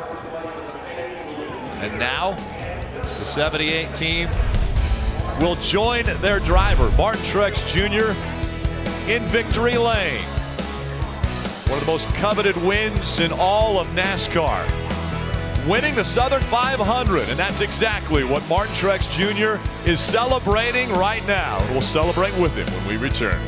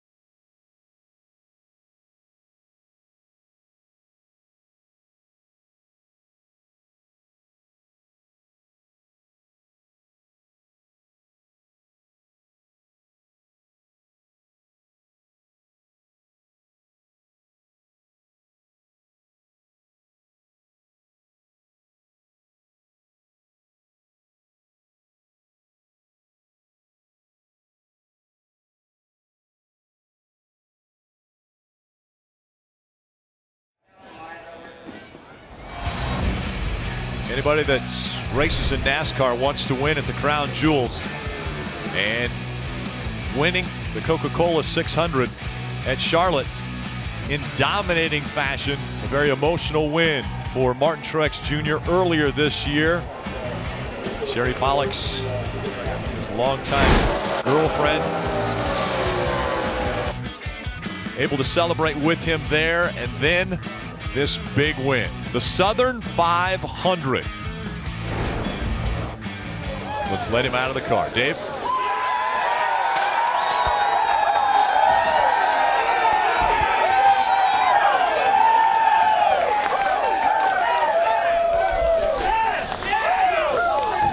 Just like it was tough to contain him on the track tonight, it was tough to keep you in that car for a minute longer there.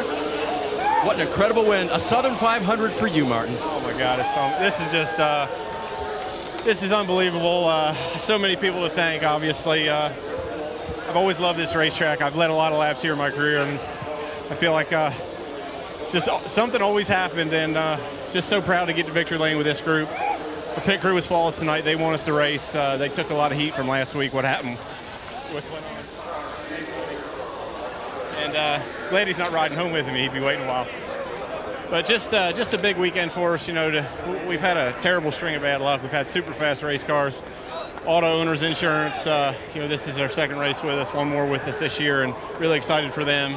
And they went retro with you. Did a little retro. I got my suit.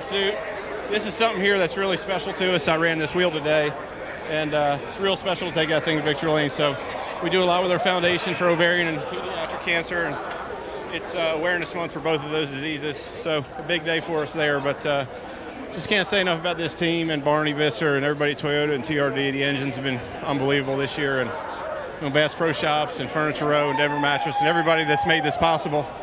Cole Pern, Jazzy. I mean, these guys are just amazing, and I knew when the bad luck would stop coming, we'd start racking them off. And you know, tonight we weren't the best car for once, and we actually won, so that was really cool, and just couldn't be more excited to win at Darlington. Southern 500. Been wanting to win this thing a long time, and I think Sprint, the fans were great. I mean, tons of fans here today, and really excited. Glad they stuck around for a good finish, and I don't know, man, just I could go on and on for hours, I guess. But yes, because it's a Southern 500, so it is a crown jewel event. Over time, as you thought about the possibility of winning here, what went through your mind? Well, it just was frustrating to lead laps here throughout my career, and even in years when we didn't run that well at teams I was on, we seemed to run well here, and felt like we let a few slip away, but you know, it was worth the wait for sure. So we'll do some celebrating tonight, and just can't thank everybody enough again. I mean, it's everybody at Gibbs, all those guys, great teammates.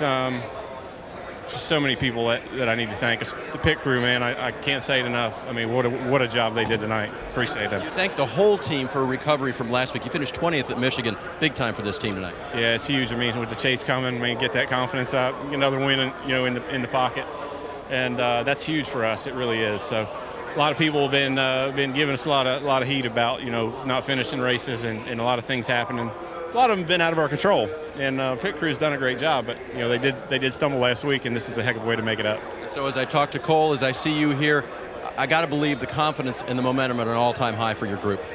We never lost confidence, I don't think. I mean, we've been one of the fastest, if not the fastest car all summer long, everywhere we've been, and we've had a lot of rotten luck, but it was worth having all that luck if that's what it takes to get a Southern 500 trophy. Martin Truex Jr. tames the track, too tough to tame. Southern 500 winner tonight. And joined some pretty impressive company that have both won the Coca-Cola 600 and the Southern 500 in the same year. And the guy sitting to my right is on this list. Back in 1999, Jeff Burton did it. Gordon's done it a couple times. Look at the names: David Pearson, Bobby Allison, Leroy Yarborough, Jimmy Johnson, Carl. I mean, a very impressive list of names here that have won the two big races of the year. These are two of the biggest races and the longest races. It takes, we saw the cars change a lot tonight. We saw some cars that were really fast early, not be as fast late. So being able to keep up with your car, maintain your emotions, everybody doing a good job for these long races is very difficult. Steve, we just heard Martin Truex Jr. singing the praises of his crew and how they were able to bounce back from a bad finish a week ago to win here. Kevin Harvick on the other side was leading the race when they had problems on their pit stops. And unfortunately for Kevin Harvick and this Ford team, this isn't new this year. He's been very vocal about struggling on pit road. And tonight with one of the best cars, we don't know if it cost him the race. Maybe Martin Truex Jr. could have came back and passed him. We saw trouble on the right front on one pit stop. This is trouble on the rear on another pit stop. They had to make an air gun change.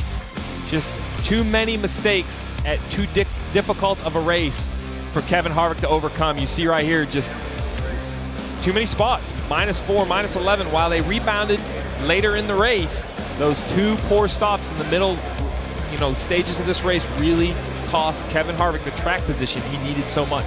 And Marty Snyder caught up with Kevin just moments ago. Well, there's no questioning how hard Kevin Harvick drove, but how much in the forefront of your mind were the issues on pit road tonight, Kevin? It's just the same old thing. You get in a position where you bring a dominant car. The guys in the shop and the guys in the garage are doing a great job, and the guys on pit road are doing a terrible job. You get in a position to win races, and they continually step on their toes and don't make it happen, and you're not going to win races like that. So I'm really proud of the car that we brought tonight and the things that we've done on the racetrack, but you can only make so many excuses for pit road. I'm sure this will be a conversation this week, but how do you get it cleaned up in the next week before the chase starts? That's a good question for Rodney and Greg. All right, but tell me about the final restart. Did you think you could get Martin, though? Because it looked like you were catching him for a little bit there. It's just, he had a good car. I had a good car. I'd hit the wall a little bit there the run before, and we had control of the race and just absolutely pile driving them all night and then just gave it away. Terrific effort for Kevin Harvick, but obviously frustrated with how things went on pit road tonight. He winds up finishing second.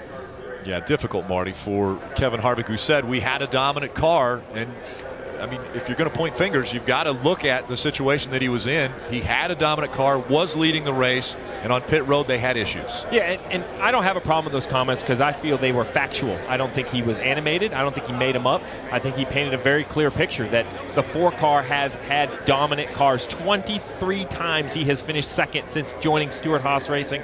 And for the 4 team to be a championship contender, for Kevin Harvick to go to Homestead thinking he can win a championship, they must perform top to bottom. He mentions the guys at the shop and the cars they prepare, the mechanics on the road, mechanically sound cars entering the race.